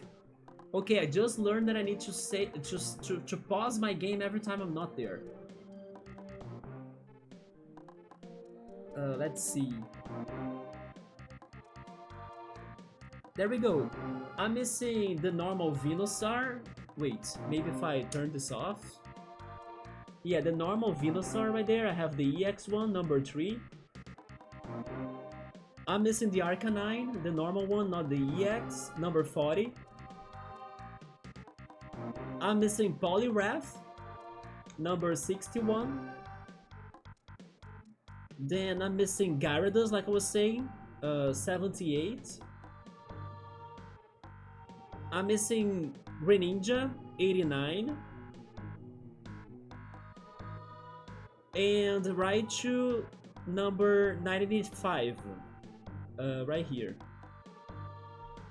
Wait, not Electros. There.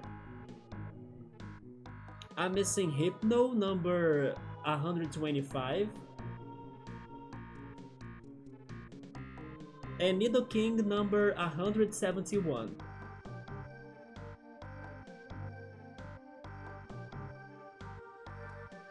Yeah, those were the ones I was missing from the first collection. It's funny that in the Mythical Island collection, I'm only missing Serperior. Yeah, it seems that I'm only missing Serperior. I mean, not considering the extra cards, special cards. But so far, let's keep it up to the second collection because I'm still getting to the boosters of the Dialga and Palkia collections and also the Arceus collection, right? I have like many cards to fill in still on those, so I kinda don't count them. But later I will give you a better list of those missing cards for sure. I could actually see what you're missing already, so I can see if I have a spare card to trade.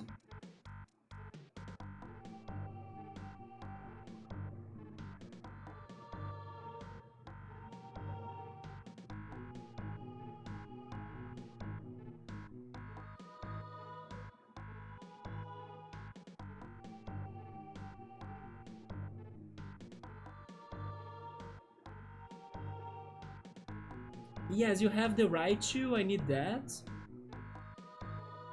Nidoking, I also don't have. The Serperior, I also need it. So far, those three, right? Serperior, Nidoking, and Raichu. And then you need, let me see, Victreebel, Poliwrath, I also don't have the Poliwrath. Victreebel was one of the cards that was missing, but a friend traded it with me, so I don't have one to trade to you. Torterra, let me see. Torterra is from the Diamond and Pearl, right?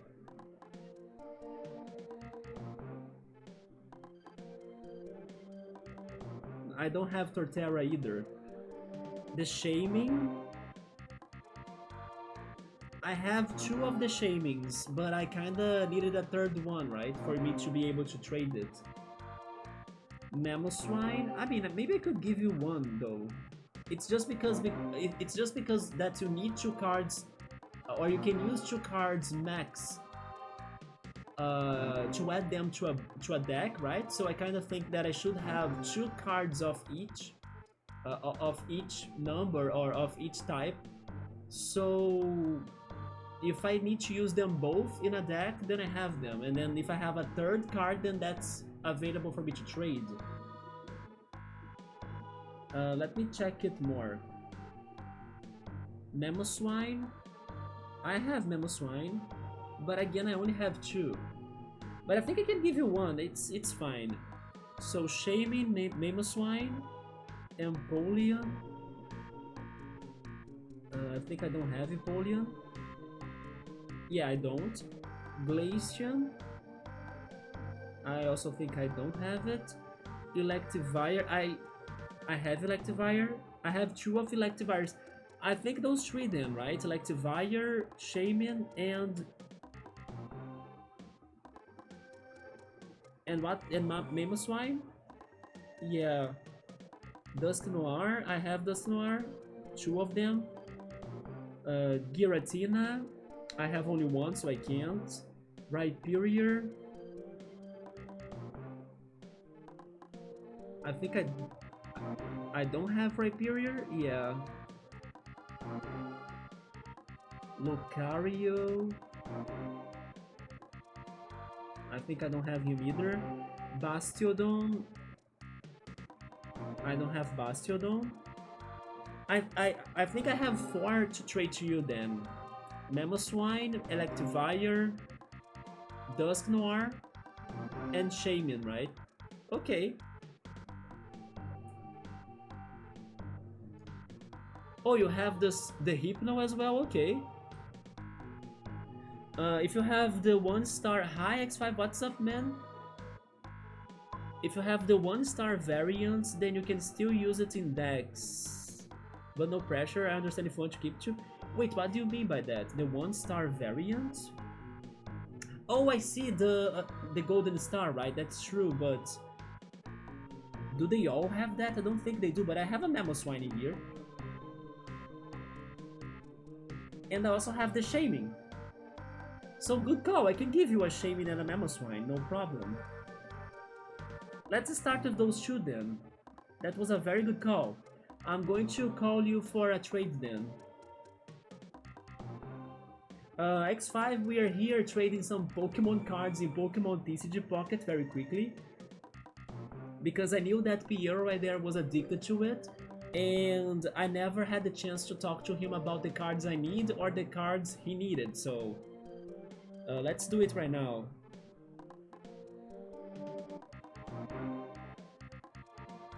So he wanted my Diamond Pearl collection, wait. Not this one.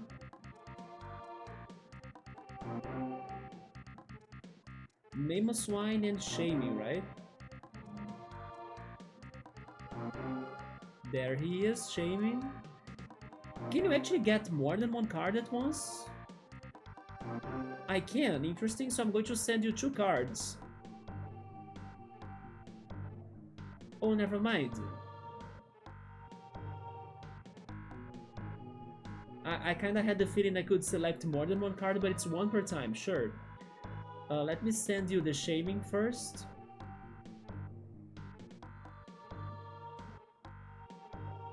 There we go. Just give me a... I don't know, an update in case you accept it. So I get the phone again and then I continue the trade. Out of those, I think I would get Hypno. Because Raichu sometimes appears in the lucky pick. I'm not sure how is that translated to English, but the lucky one that you use some items to pick 1 out of 5 cards out of luck. But I never got him though. And Superior 2, I see it in there sometimes. Nidoking and Hypno, I think they are more rare for them to show up in that game. Let me go back to the chat though. I think this is answered by the game manual that we no longer have. It should be on the Switch Online, don't you think? The 3DS had the game manual for digital copies. Which makes me think that the Switch doesn't have it either. Isn't it dumb for them to not have the digital copies of manuals for games? Now it makes me very sad, but you know what, you are right, even the physical copies, they don't have a manual per se like in the past days. I miss that now. Even if you wouldn't kinda read the manuals or something, it was a nice treat to have the manuals.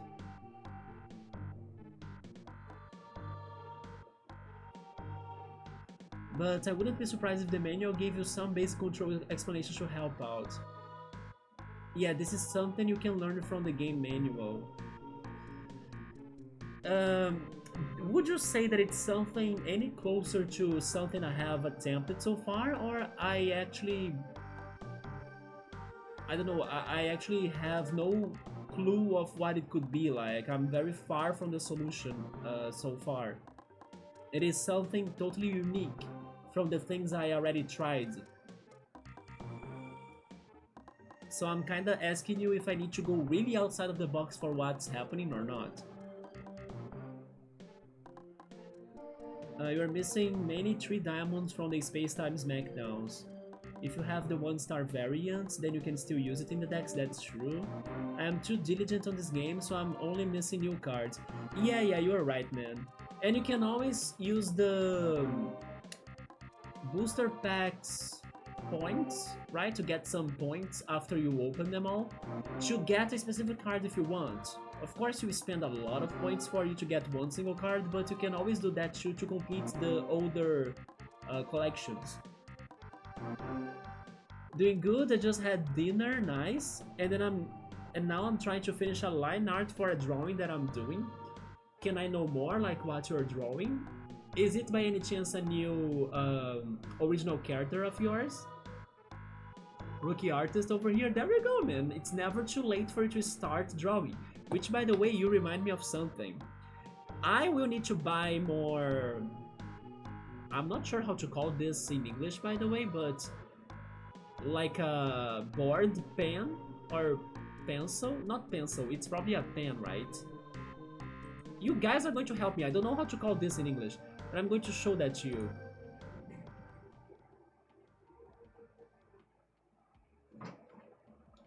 Yesterday, when I was showing you the new setup of my room and everything, the reorganization that I changed, I also showed you that I had a whiteboard. So today I was trying to draw something on it, right? I'm planning to fill it with ideas and memes and moments that happen here in the channel.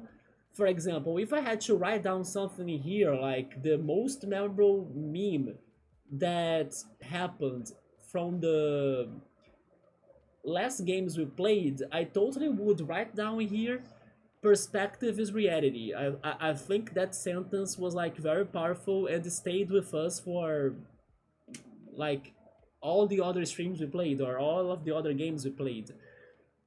But yeah, I'm going to use this board with like ideas, drawings, memes, sentences, whatever happens that sticks, it deserves coming here or getting to this board, right? Or something around those lines.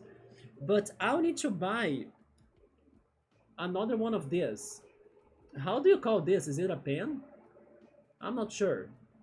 Because it's like thicker than a regular pen, so I don't know. Yeah, in Portuguese it is wait, I'm forgetting Portuguese. Help! Send help! How is it in Portuguese? Oh, it is a pen in Portuguese now that I'm thinking about it. Yeah, it is a pen in Portuguese. It is a caneta. Yeah, pen in Portuguese is caneta. But we kind of say it's like a caneta for whiteboard, you know? Or we use the brand of it that's called Pilot in English. But in Portuguese we say that like pilot or pilote. It's kind of French as well. We kind of say it like if it were a French word, but it's not, right? It's pilot. But for some reason here we say it that's like it's pilot, right? As it were a French word.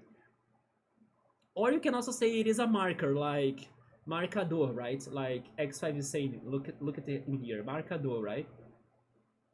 Right, X5. I forgot my own language. Damn. Help! Send help!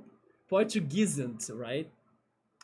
Whiteboard marker. Yeah, marker. Maybe I should get more used to say it like a marker then, or marcador, right? It's just because I normally think of it as a pen, but it is different.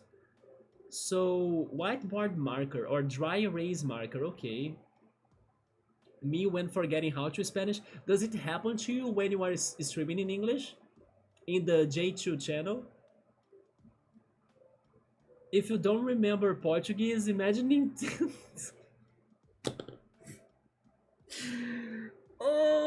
that hurts so much, Subaru. No, man, why? Nintendo, why don't you love us? I mean, again, happy for our buddy X5 right there getting his games translated to freaking Latin American Spanish, but read Portuguese, man. Come on. Oh my god.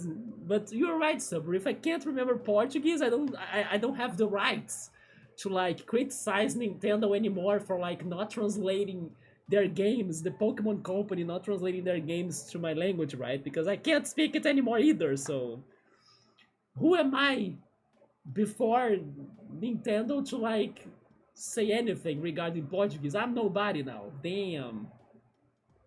Yeah, you are saving up the pack points, right, Piero? So you can use them when you know the set will go away soon. The set will go away? Wait, is that a thing? Are the sets not going to stay there forever for us? They're going to have some cycles and rotations? I was not thinking about that. That's dangerous. Yes, we were Pokemon trading while Super Metroid was in the background. Have you ever tried Super Metroid X5? I have no idea if you would be a gamer that would play something like this, which by the way, I was having no idea that I would be a gamer that would play this once, right? Or at some point. And here we are. And who do I blame for this? The chat. More specifically, Skapluni. Yeah, but it's been a fun game though, even though I'm now stuck. Maybe soft locked, but actually not, because Nubble saw and researched that there is a way out, I just don't know how. So it is not something you would think about for an old game like this. That sounds like something outside of the box, yeah. Nidoking has a 1-star variant too. That is true, right? It's a beautiful art, but I don't have the card. At least I don't think I have it yet. I have... Wait, maybe I actually have it, and then I'm thinking of Nidoqueen. Let me check it again.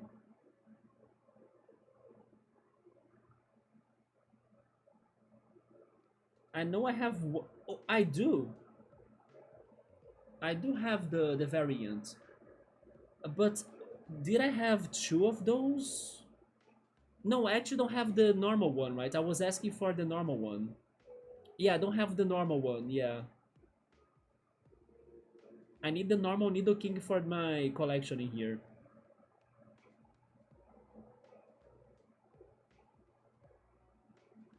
Yeah, right here. I don't have the normal one. Number 171.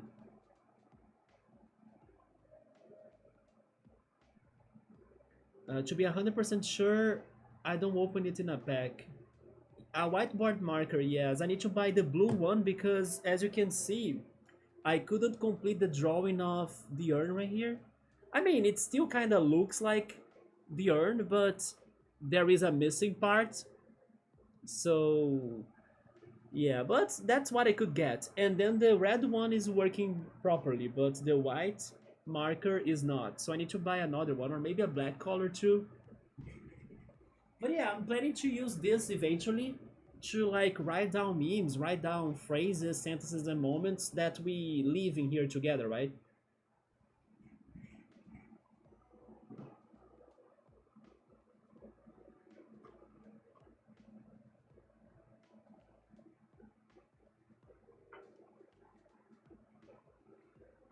And then X5, I tell you that because of that board, I guess I will also be an artist in training, as I think eventually I'll need to be drawing more and writing down things on it.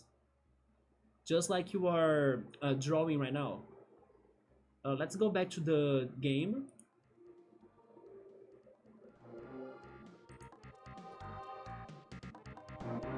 Oh yeah, by the way, um, we were listening to the Zelda Lo-Fi. I forgot to show you guys this. Because I was also mentioning how the organization... Wait, the chatting overlay? No, I need the full cam. There we go. I was also mentioning again how everything in here is different.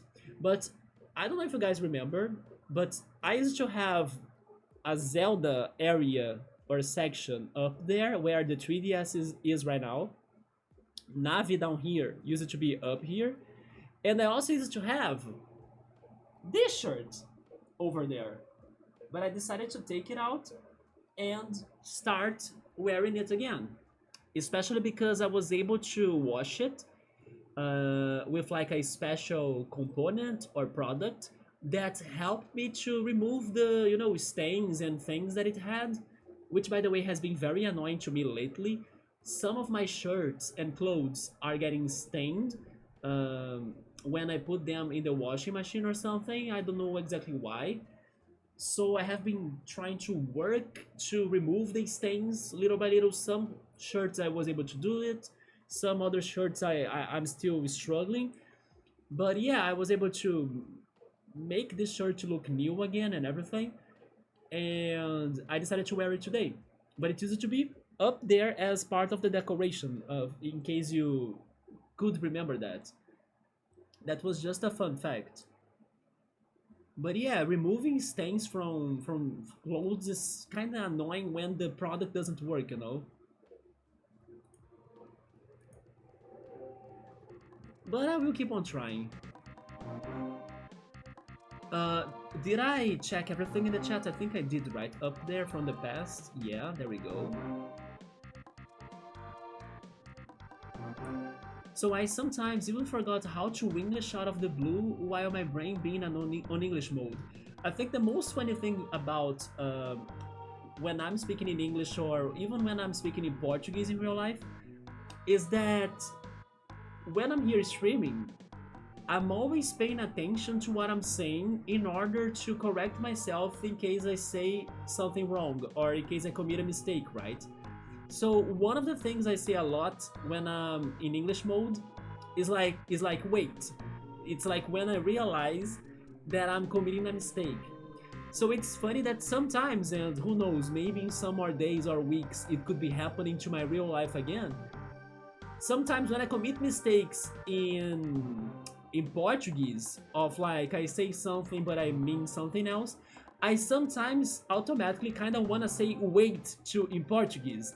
So it kind of make the situations worse because like where is that coming from, you know? Like you are having a Portuguese conversation and then suddenly you say something in English that the person won't understand. So sometimes there are weights that slip out of my mouth when I'm speaking in Portuguese because of like it's my quick time reacting word for when I'm trying to correct something I said in English wrong. So sometimes I go through that situation and it's a little bit awkward. But it's part of it, right? That's fine. At least I have somewhat a fluent English, so I cannot be complaining. I'm actually very grateful for that. Which game again? Do you mean the Pokemon games that were not getting the translation? I lost that.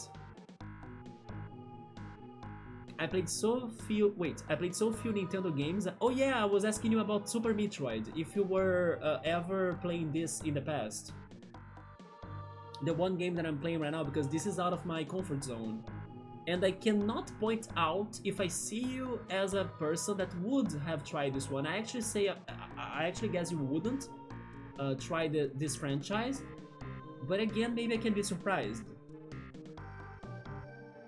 Eventually they will remove the sets, but it will be a long time still. Okay, but it's good for you to tell me that because I was not even considering that possibility.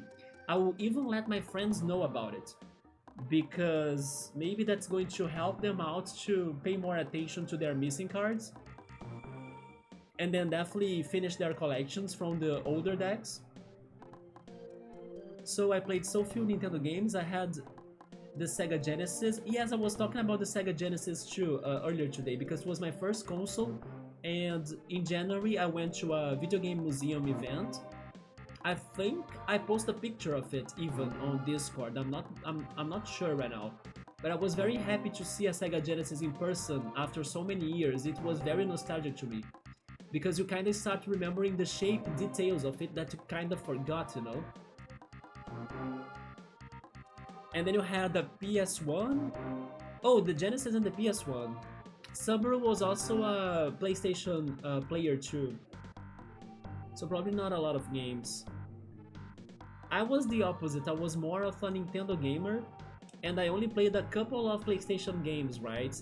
With time, we will need to be playing more of the PlayStation games or classics that I missed out. Not only RPG based, like I played some PlayStation RPGs for sure, but I made the platformers, maybe action games, maybe narrative games or something.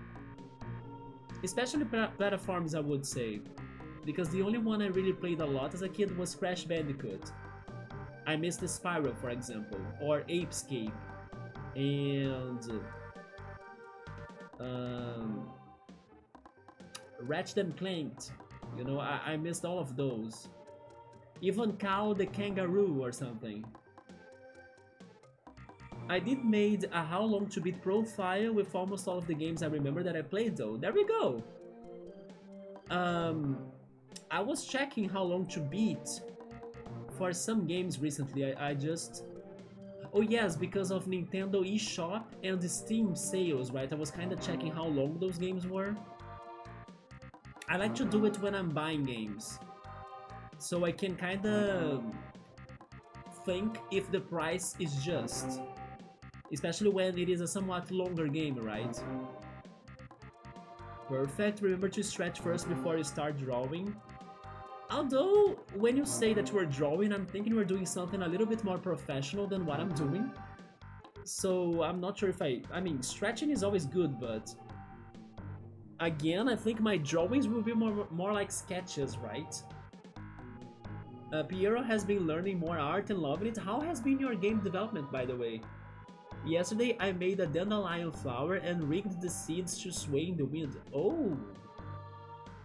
That's very artistic, right? So what's your TCG Pocket ID? Mine? Let me give it to you then. Are you going to return to it, Nubble? Did we get you back to it? Nubble is kinda... waiting for the next game, Pokemon Champions, right? But then Pokemon Champions, I think I will pass it.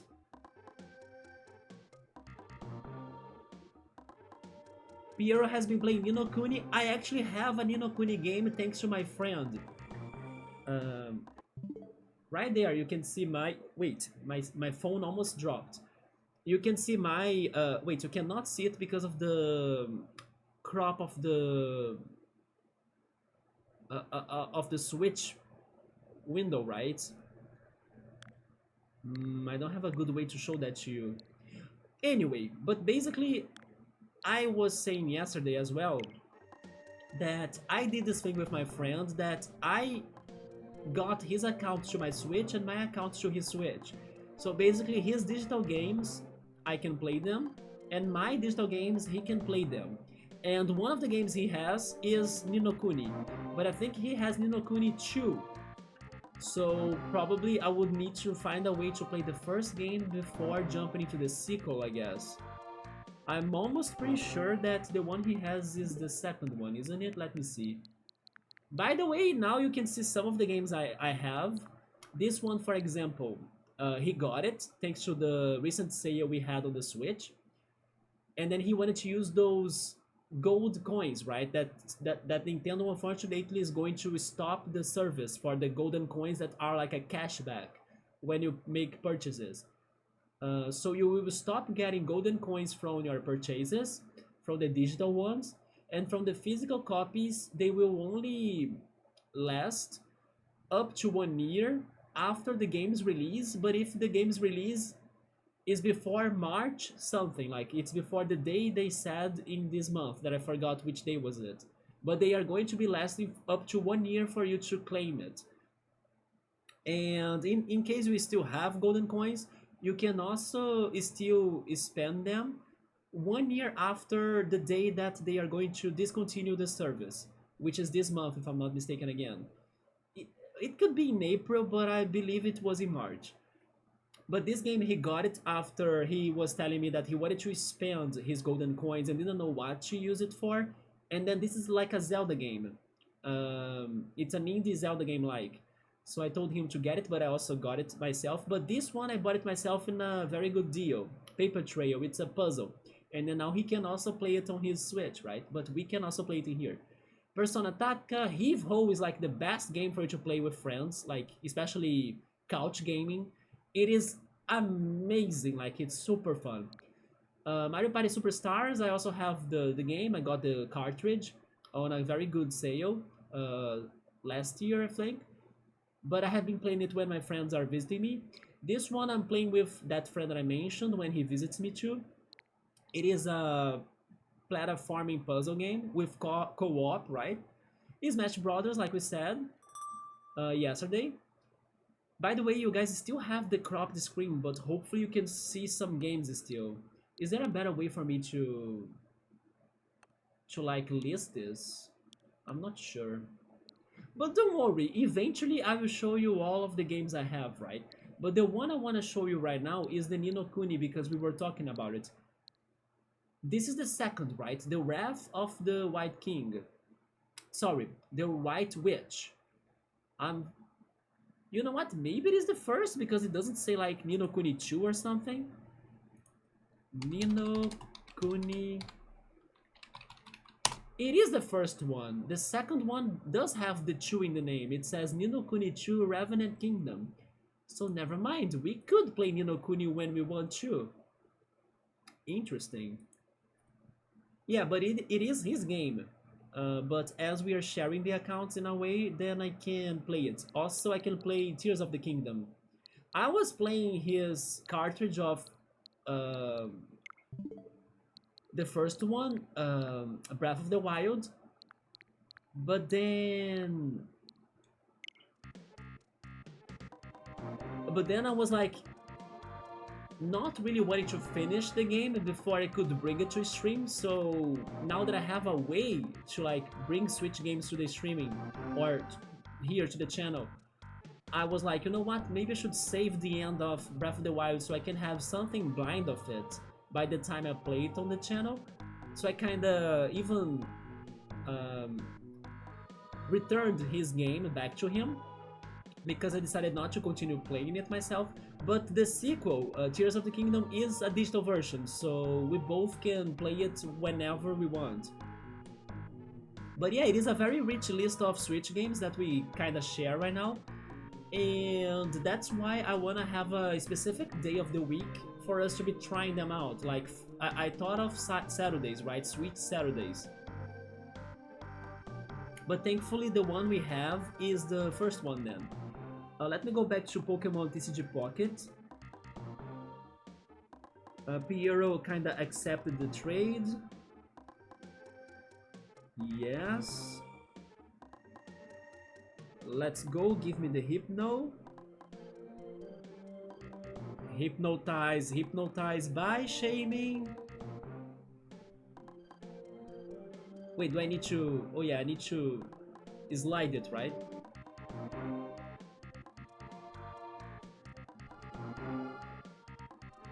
There it is. One more to my collection. Thank you, Piero.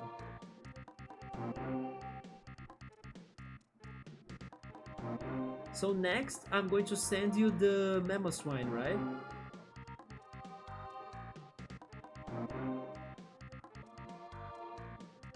Oh!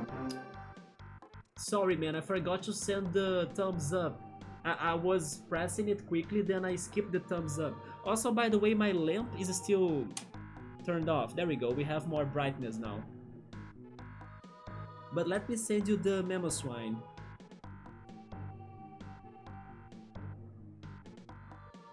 Oh yeah, you need to accept it first though. So you can finish this trade. Meanwhile, let me find my friend code.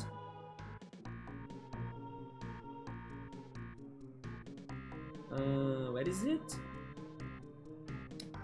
It's right...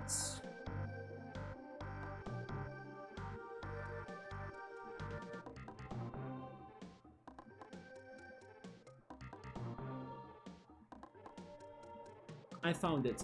Nubble, this is my friend code.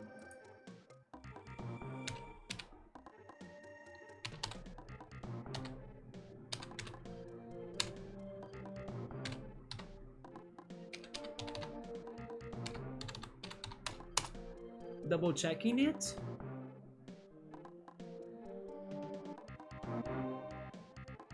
Yeah, that's my friend code. Don't be surprised about my nickname in there because it is a different one. My nickname in there is Star Arcana. It is also the nick that I have on my Pokemon Go account. The reason why is obvious, it's because of Persona and because I'm an Aquarius, and the card from the tarot that represents Aquarius is the Star Major Arcana, right?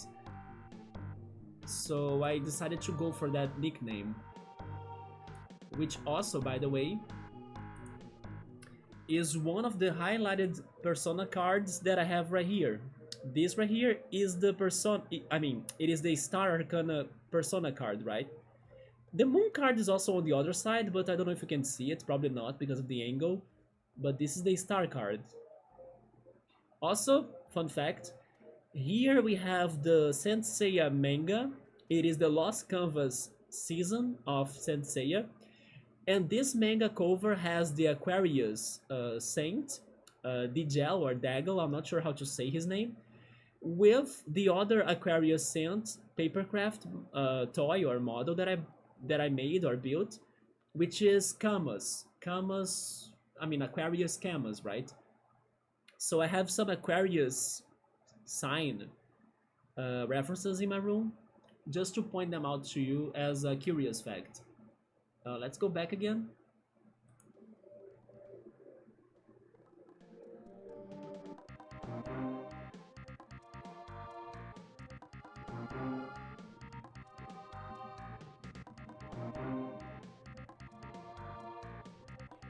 Piero was asking me which one I would like the most. I would rather get Nidoking, because Raichu and Superior, I have seen them sometimes in the Lucky Pick minigame, right? But Nidoking, I kind of don't see him that much.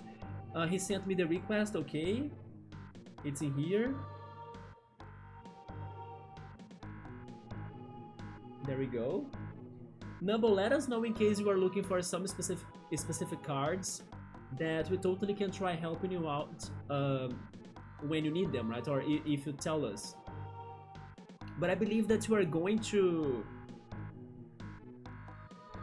get to some more booster packs as you stopped playing in a while, right? Or for a while.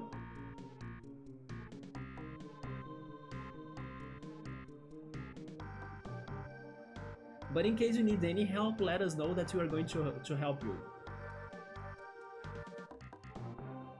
Are you sending it now, Piero, or can I go back to Metroid? I'm not sure. Let me leave the game right here, next to me. You really like it? Yes, I think Ni no Kuni is a great game. And it's funny how it is a collaboration with Studio Ghibli, right? So it also looks great, or like beautiful. X5 is still doing sketches like art because you are still using your hand to draw something. That is true. Sketches can be considered art. The game development is progressing well. There we go, man. I added moving camera and so many things. Interesting. I have been meaning to log into TCG Pocket more. Do it, Nubble. Maybe just for the collection, you know? Some of those cards have a beautiful art. But then the events are very boring in my opinion, especially the battle ones. I just keep getting sidetracked by other games. I can understand it. I'm mad they're removing the gold coin thing, right? They not only are removing it for everybody, but also here in Brazil they raise the basic prices. But not only in Brazil, I saw that some other Latin American countries, they raise the game prices as well, like in Mexico. I remember seeing a list, but I don't remember the other countries they did it, but probably all of them, to be honest.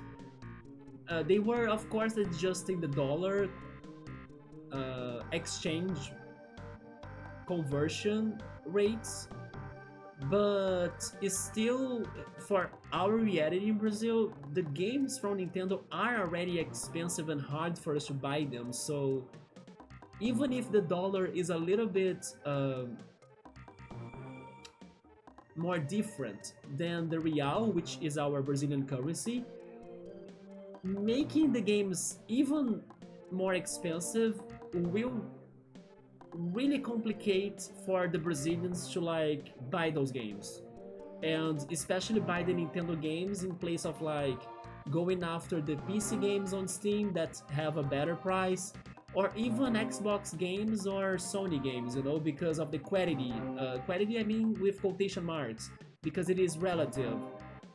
But let's say that graphically speaking, the Sony games are with more, you know, performance in general than some of the Nintendo games that use older, um, an older, what is the word? Technology? I'm not sure, but you know that they are not as good looking with the price they have right now. It's not worth regarding the quality they have and how outdated they might be looking today in comparison to like the games that the other companies are delivering. The hardware, yeah, there we go. So basically their hardware may not be as great as the hardware of the games that Sony and Microsoft are using to make their games, and then the prices could make more sense for those two instead of Nintendo games. So basically we are all pissed off because they are making everything more expensive in all the ways, like by getting rid of the golden coins and also by raising the prices of their basic games in 50 more reais, which would be, I think, $8 or something, maybe less, something around $8 or $7, I would think. Oh, you sent Nidoking, let me get it.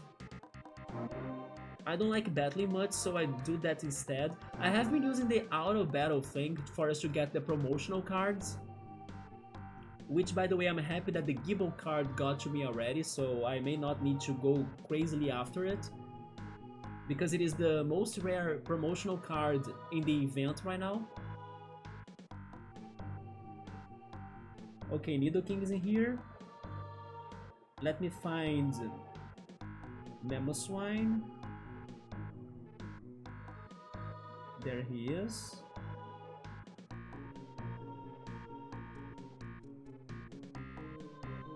There we go, I sent it, Piero.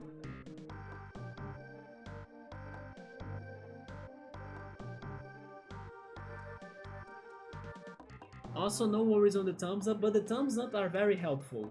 So I wish I was not like in a rush with the game right now, because I mispressed everything. I always have got a maximum amount of shop tokens each day because I use private lobby with passwords, thanks 5 times. Yeah, the private lobby thing, but it's still kind of like an extra effort for you to get the tickets, right? Or the tokens. I never liked gacha games at all until Pokemon Pocket. This is your first? No, it's not your first, it's the only one you kinda started liking, right? It doesn't force me to do so much, and I can finish my missions in like 10 minutes. Yeah, I pretty much do the login stuff, you know? And sometimes I leave the battles in auto battles, even though I think the AI make some dumb decisions for the battles. For example, my AI ignores the Sabrina card every time. So it's kinda annoying when that happens, and then sometimes I lose because I didn't use Sabrina, you know? But yes, I leave it on my side or by my side, doing the auto battles, and then getting the booster packs for the promotional cards, and then I only open them and that's it. But I agree that this gacha is a little bit better because you just need to be waiting for the recharging time for you to open the booster packs, and then that's pretty much it. You don't need to stay in the game for much longer. Alright guys, let's try to solve this puzzle once again. We went on a whole complete, or maybe I should say a whole different side talk. But we need to remind ourselves that we are stuck in here. And I'm almost dead, by the way.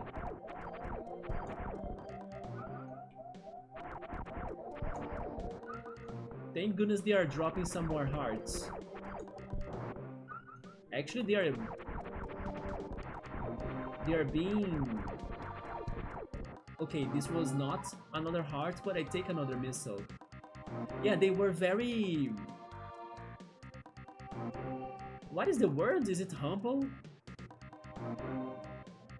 Very nice to give me the extra health that I needed. Sidetracking yourself from the game, that's the basics here, right? That's impossible in this channel? Nah, you're tripping. But don't forget, X5, that just like we were when we were playing Frog Detective, I mean, Sexy Frog Detective, and Cassette Beasts, and Superliminal, I have a limited time to beat this game, right? So I can go with sidetrack conversations, I can, but I cannot exaggerate for like the whole stream. I need to beat the games too. But then I need to recall what I know about this. It is doable. It is called the Noob Trap, or the Noob Bridge. This reminded me of Pokemon and Twitch Plays Pokemon when they were trying to avoid the ledge in the Cerulean route. That's like between Cerulean and the Rock Tunnel. There is like a very terrifying and long ledge in there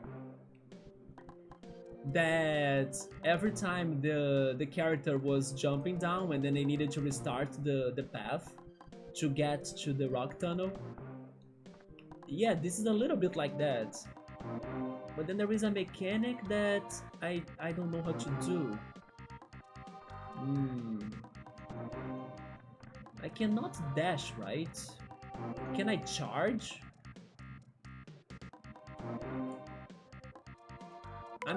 Oh, that's wrong. I was pressing all the buttons to see if I could figure something out.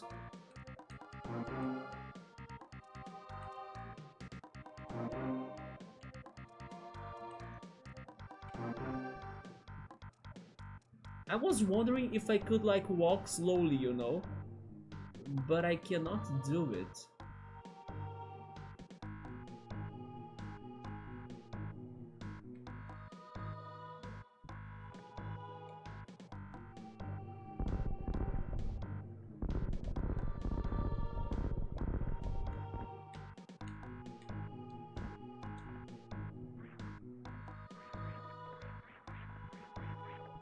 Nubbo, I have a question to you, man. You said that this is doable, but is the puzzle solution about this bridge, or is the puzzle solution regarding that one door from before? I think it is about this bridge, right? That's why they said no bridge. But I should forget about that door, right?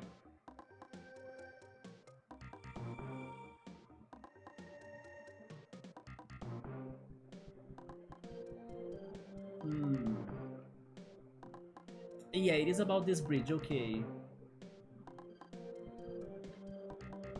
Maybe I can... By the way, this is new. I didn't know I could do this jump.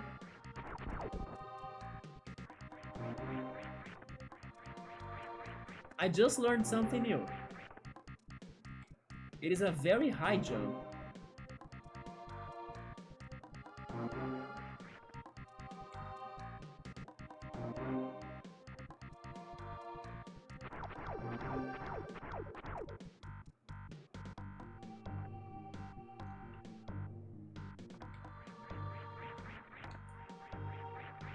It only works if I'm like facing the opposite direction that I jump. Huh.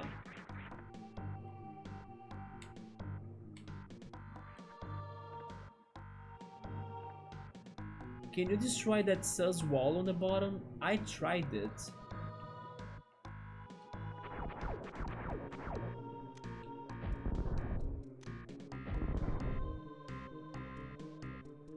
Unless it needs to take multiple hits, but I think it doesn't.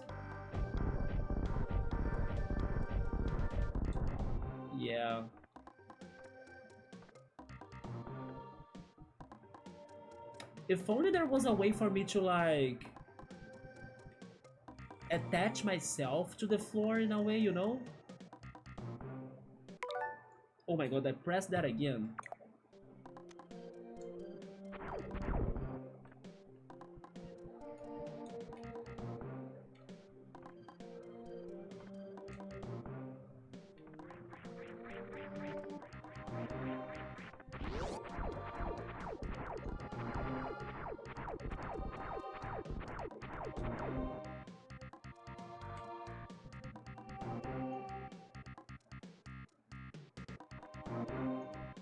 What if I need to run while shooting it? We can try that, right? That sounds like a possible solution to this.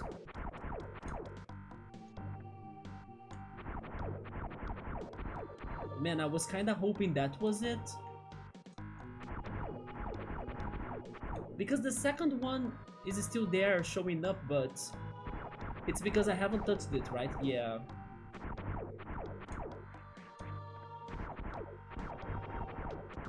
No, it's not that. Nubble, I'm going to throw you a yes or no question. Do I need to use a weapon for this? Or is this not about weapons? Yes or no? After that attempt, I'm thinking it is not about the weapons.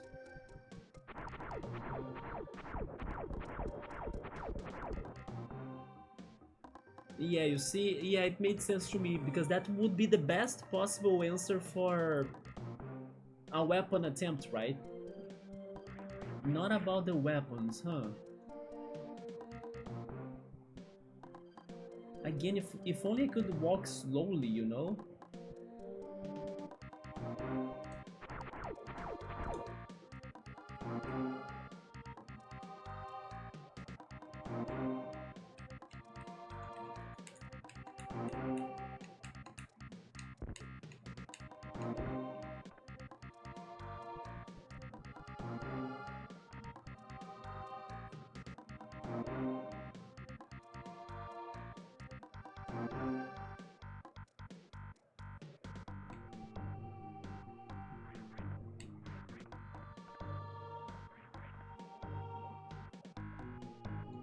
A bad advice, have you tried jumping into the spikes? The spikes hurt me a lot, like really a lot. Maybe they're trolling me. They were not actually. I did get seriously hurt from them. I have another question, Nubble. Do I need to use the enemies for something? Because I was suspecting of those slugs or crab-like enemies being useful for this. Do I need to have their help, or can I ignore the enemies? I think I need to ignore the enemies. I think it is something about my character. Yeah, okay, that's according to what I think it's going to be. So no weapons, no enemies, right? This is going to be also just for confirmation. The spikes right there that Piero is asking, I also can ignore them, right? I don't think the spikes are of any help, because this is about Samus. It's something about what she can do that I don't know that she can do.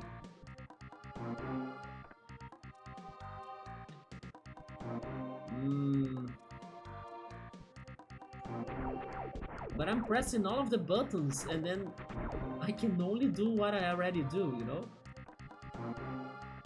Correct, yeah. Maybe there's something about the speed. But that's her maximum speed, isn't it? Never mind, she goes faster when she's on the morph ball, but...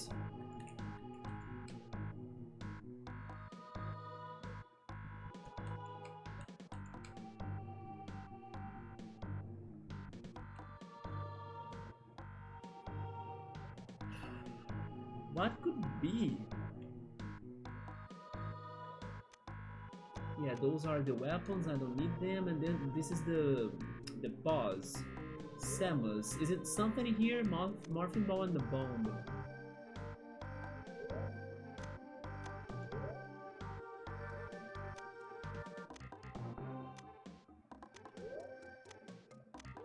Wait, I can deselect that? So I can have a morphing ball without the bomb?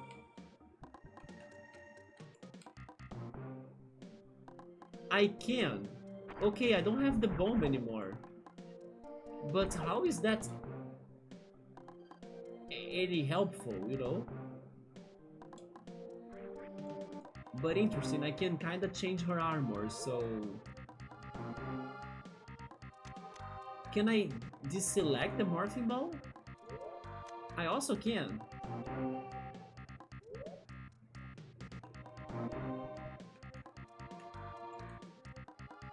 But that's also not going to be helpful, right? Can I only have the bomb? I can too. How does that go?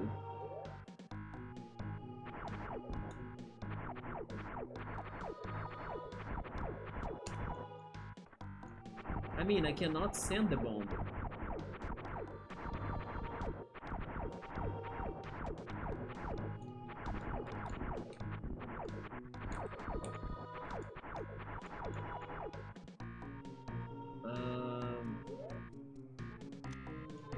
What if I don't have any of those?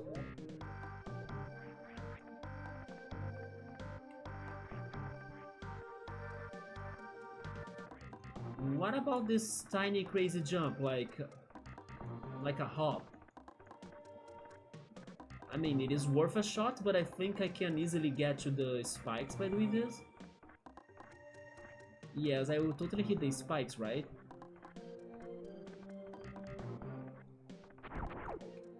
But now I don't have the morph ball or the bomb.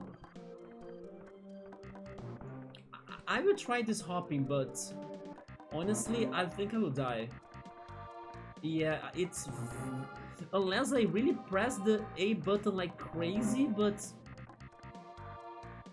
I cannot control her that much. Yeah, this is not going to do it. Hi, Chill Mode, what's up, man? I keep thinking it has something to do with that bomb, or the bomb jumps. Yeah, but it is a weapon. I just learned that I can de-equip them, right?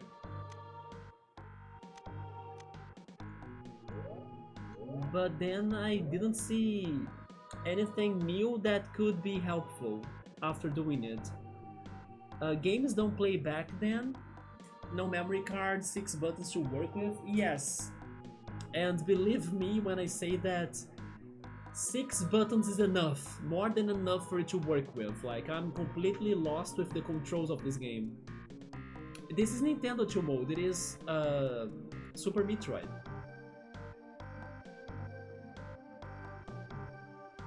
I was thinking about bunny hopping in 2 mode, but I'm not sure, man. I think I will hit the spikes. Button like crazy? Yes. If it takes 2 minutes, don't do it like that. It's going to break my controller. It closes down. What closes down? I think back on Nintendo games, instead of headaches, it still respects first of the games. Their games were very well designed, but they require some of our wit, right, for us to get through their puzzles, which is okay. We just need to be patient. In the same instant? Do you mean this rock? Yeah, if we step on it, it kinda works like a trap. Yeah, Little Wit is right. So I need to ask Nubble this now. Nubble, does it have anything to do about the armor menu? Because I couldn't figure something out from this, right? So I'm guessing it's not. I tried the Morphin Ball only, I tried the Bomb only, and I tried both of them together, so I think it has nothing to do with this, but it's good for me to know and to learn that this is a thing, that I can equip and dequip things.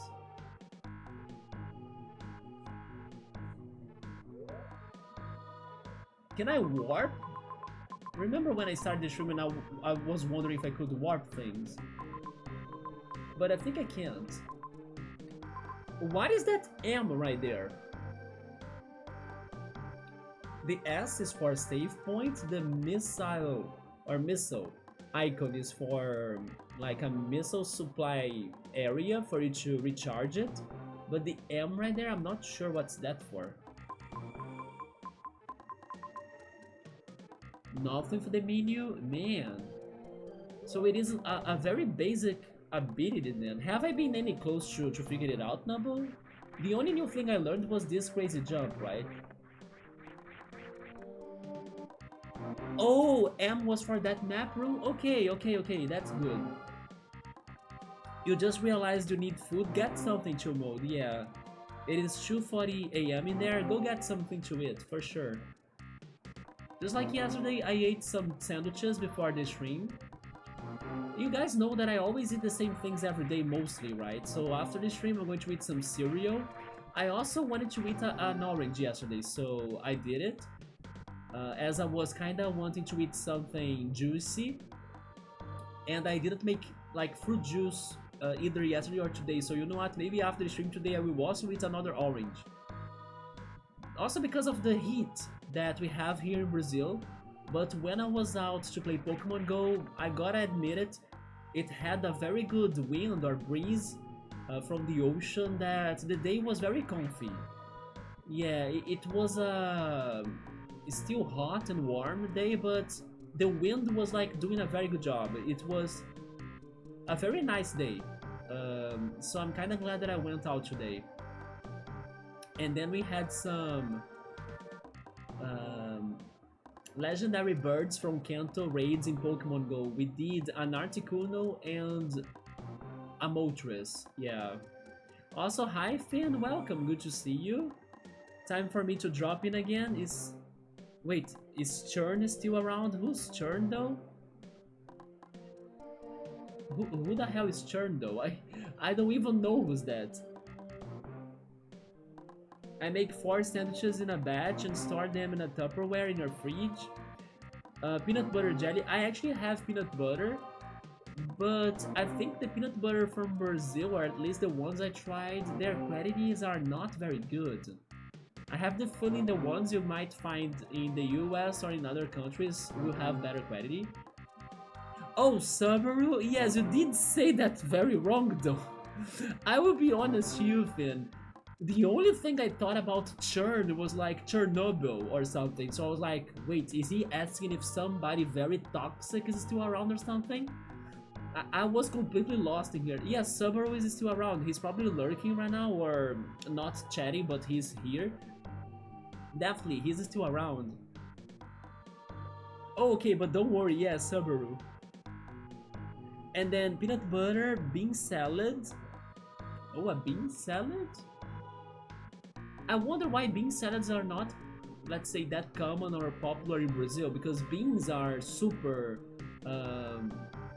beans are popular, but not bean salad, right? So it's kind of surprising when I hear about other places, other countries having dishes that use beans that we don't have here. Another very good example, chili, right? Which was ground beef together with beans. When you guys told me about that thing, that dish, I was mind blown and I was like very curious to try it myself.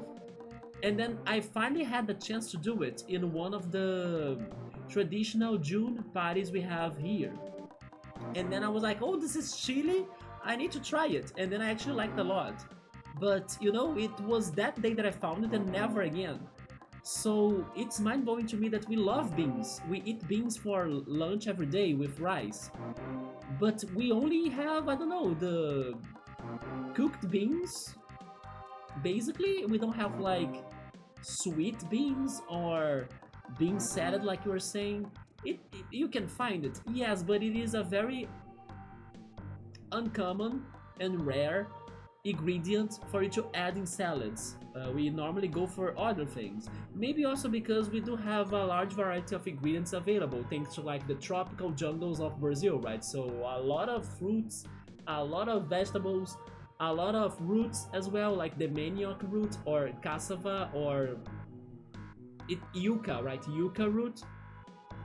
So yeah, in a way, the botanics or plants of Brazil will provide us many good ingredients for salads, for example. But we use beans a lot and not for many dishes, I say. It's always for the regular cooked beans, which is something that I always kind of throw back to you guys in America or in the US regarding corn. Like, it amazes me how much you guys have a large mass production or mass harvesting of corn, but I don't hear about many corn dishes, especially towards desserts. While here in Brazil, in the same time of the year, like in June, that I could try the chili dish, it is also the time of the year where many corn desserts are popular. Especially three of them, I would say: canjica, curau, and pamonha. So basically, it kind of shocks me that you guys don't have many corn desserts in there besides, I don't know, pudding or something, or maybe cornbread. While we here, it's the beans, you know, like we have lots of beans, we eat beans every day, but where are the variety of dishes of beans? We don't have them. So it's kind of crazy to think about that. He speaks, hell yeah, yeah, Summers is there, but he's kind of getting sleepy. That's what he's saying in Portuguese. Maybe that's why he's not speaking too much in the chat, right? Subaru, in case you really get super sleepy, feel free to go rest, man. I'm also a little bit tired and I might not go for a very super long stream like yesterday. Good to have the homies about. Yeah, I really appreciate that everyone shows up, even though I take my long breaks, and then when I return, people are still here, you know? Finn, have you played Super Metroid? Because right now we are stuck in here. I'm trying to figure this out. I guess it's going to be the last thing I'm doing tonight, who knows? Which is kinda sad because I was hoping to progress even more, but I got myself stuck in this. Can't blame myself though, I'm an explorer in video games, so even if I kinda almost soft locked myself, it is what it is, you know. I would still want to explore this place if I could get to it. These are not common in the US either, I'm just vegan person. Oh, I see, so even the beans are not popular and they are very common. So I come up with crazy stuff. Honestly, Piero, you are super right in doing it. Because I wish I had like bean salad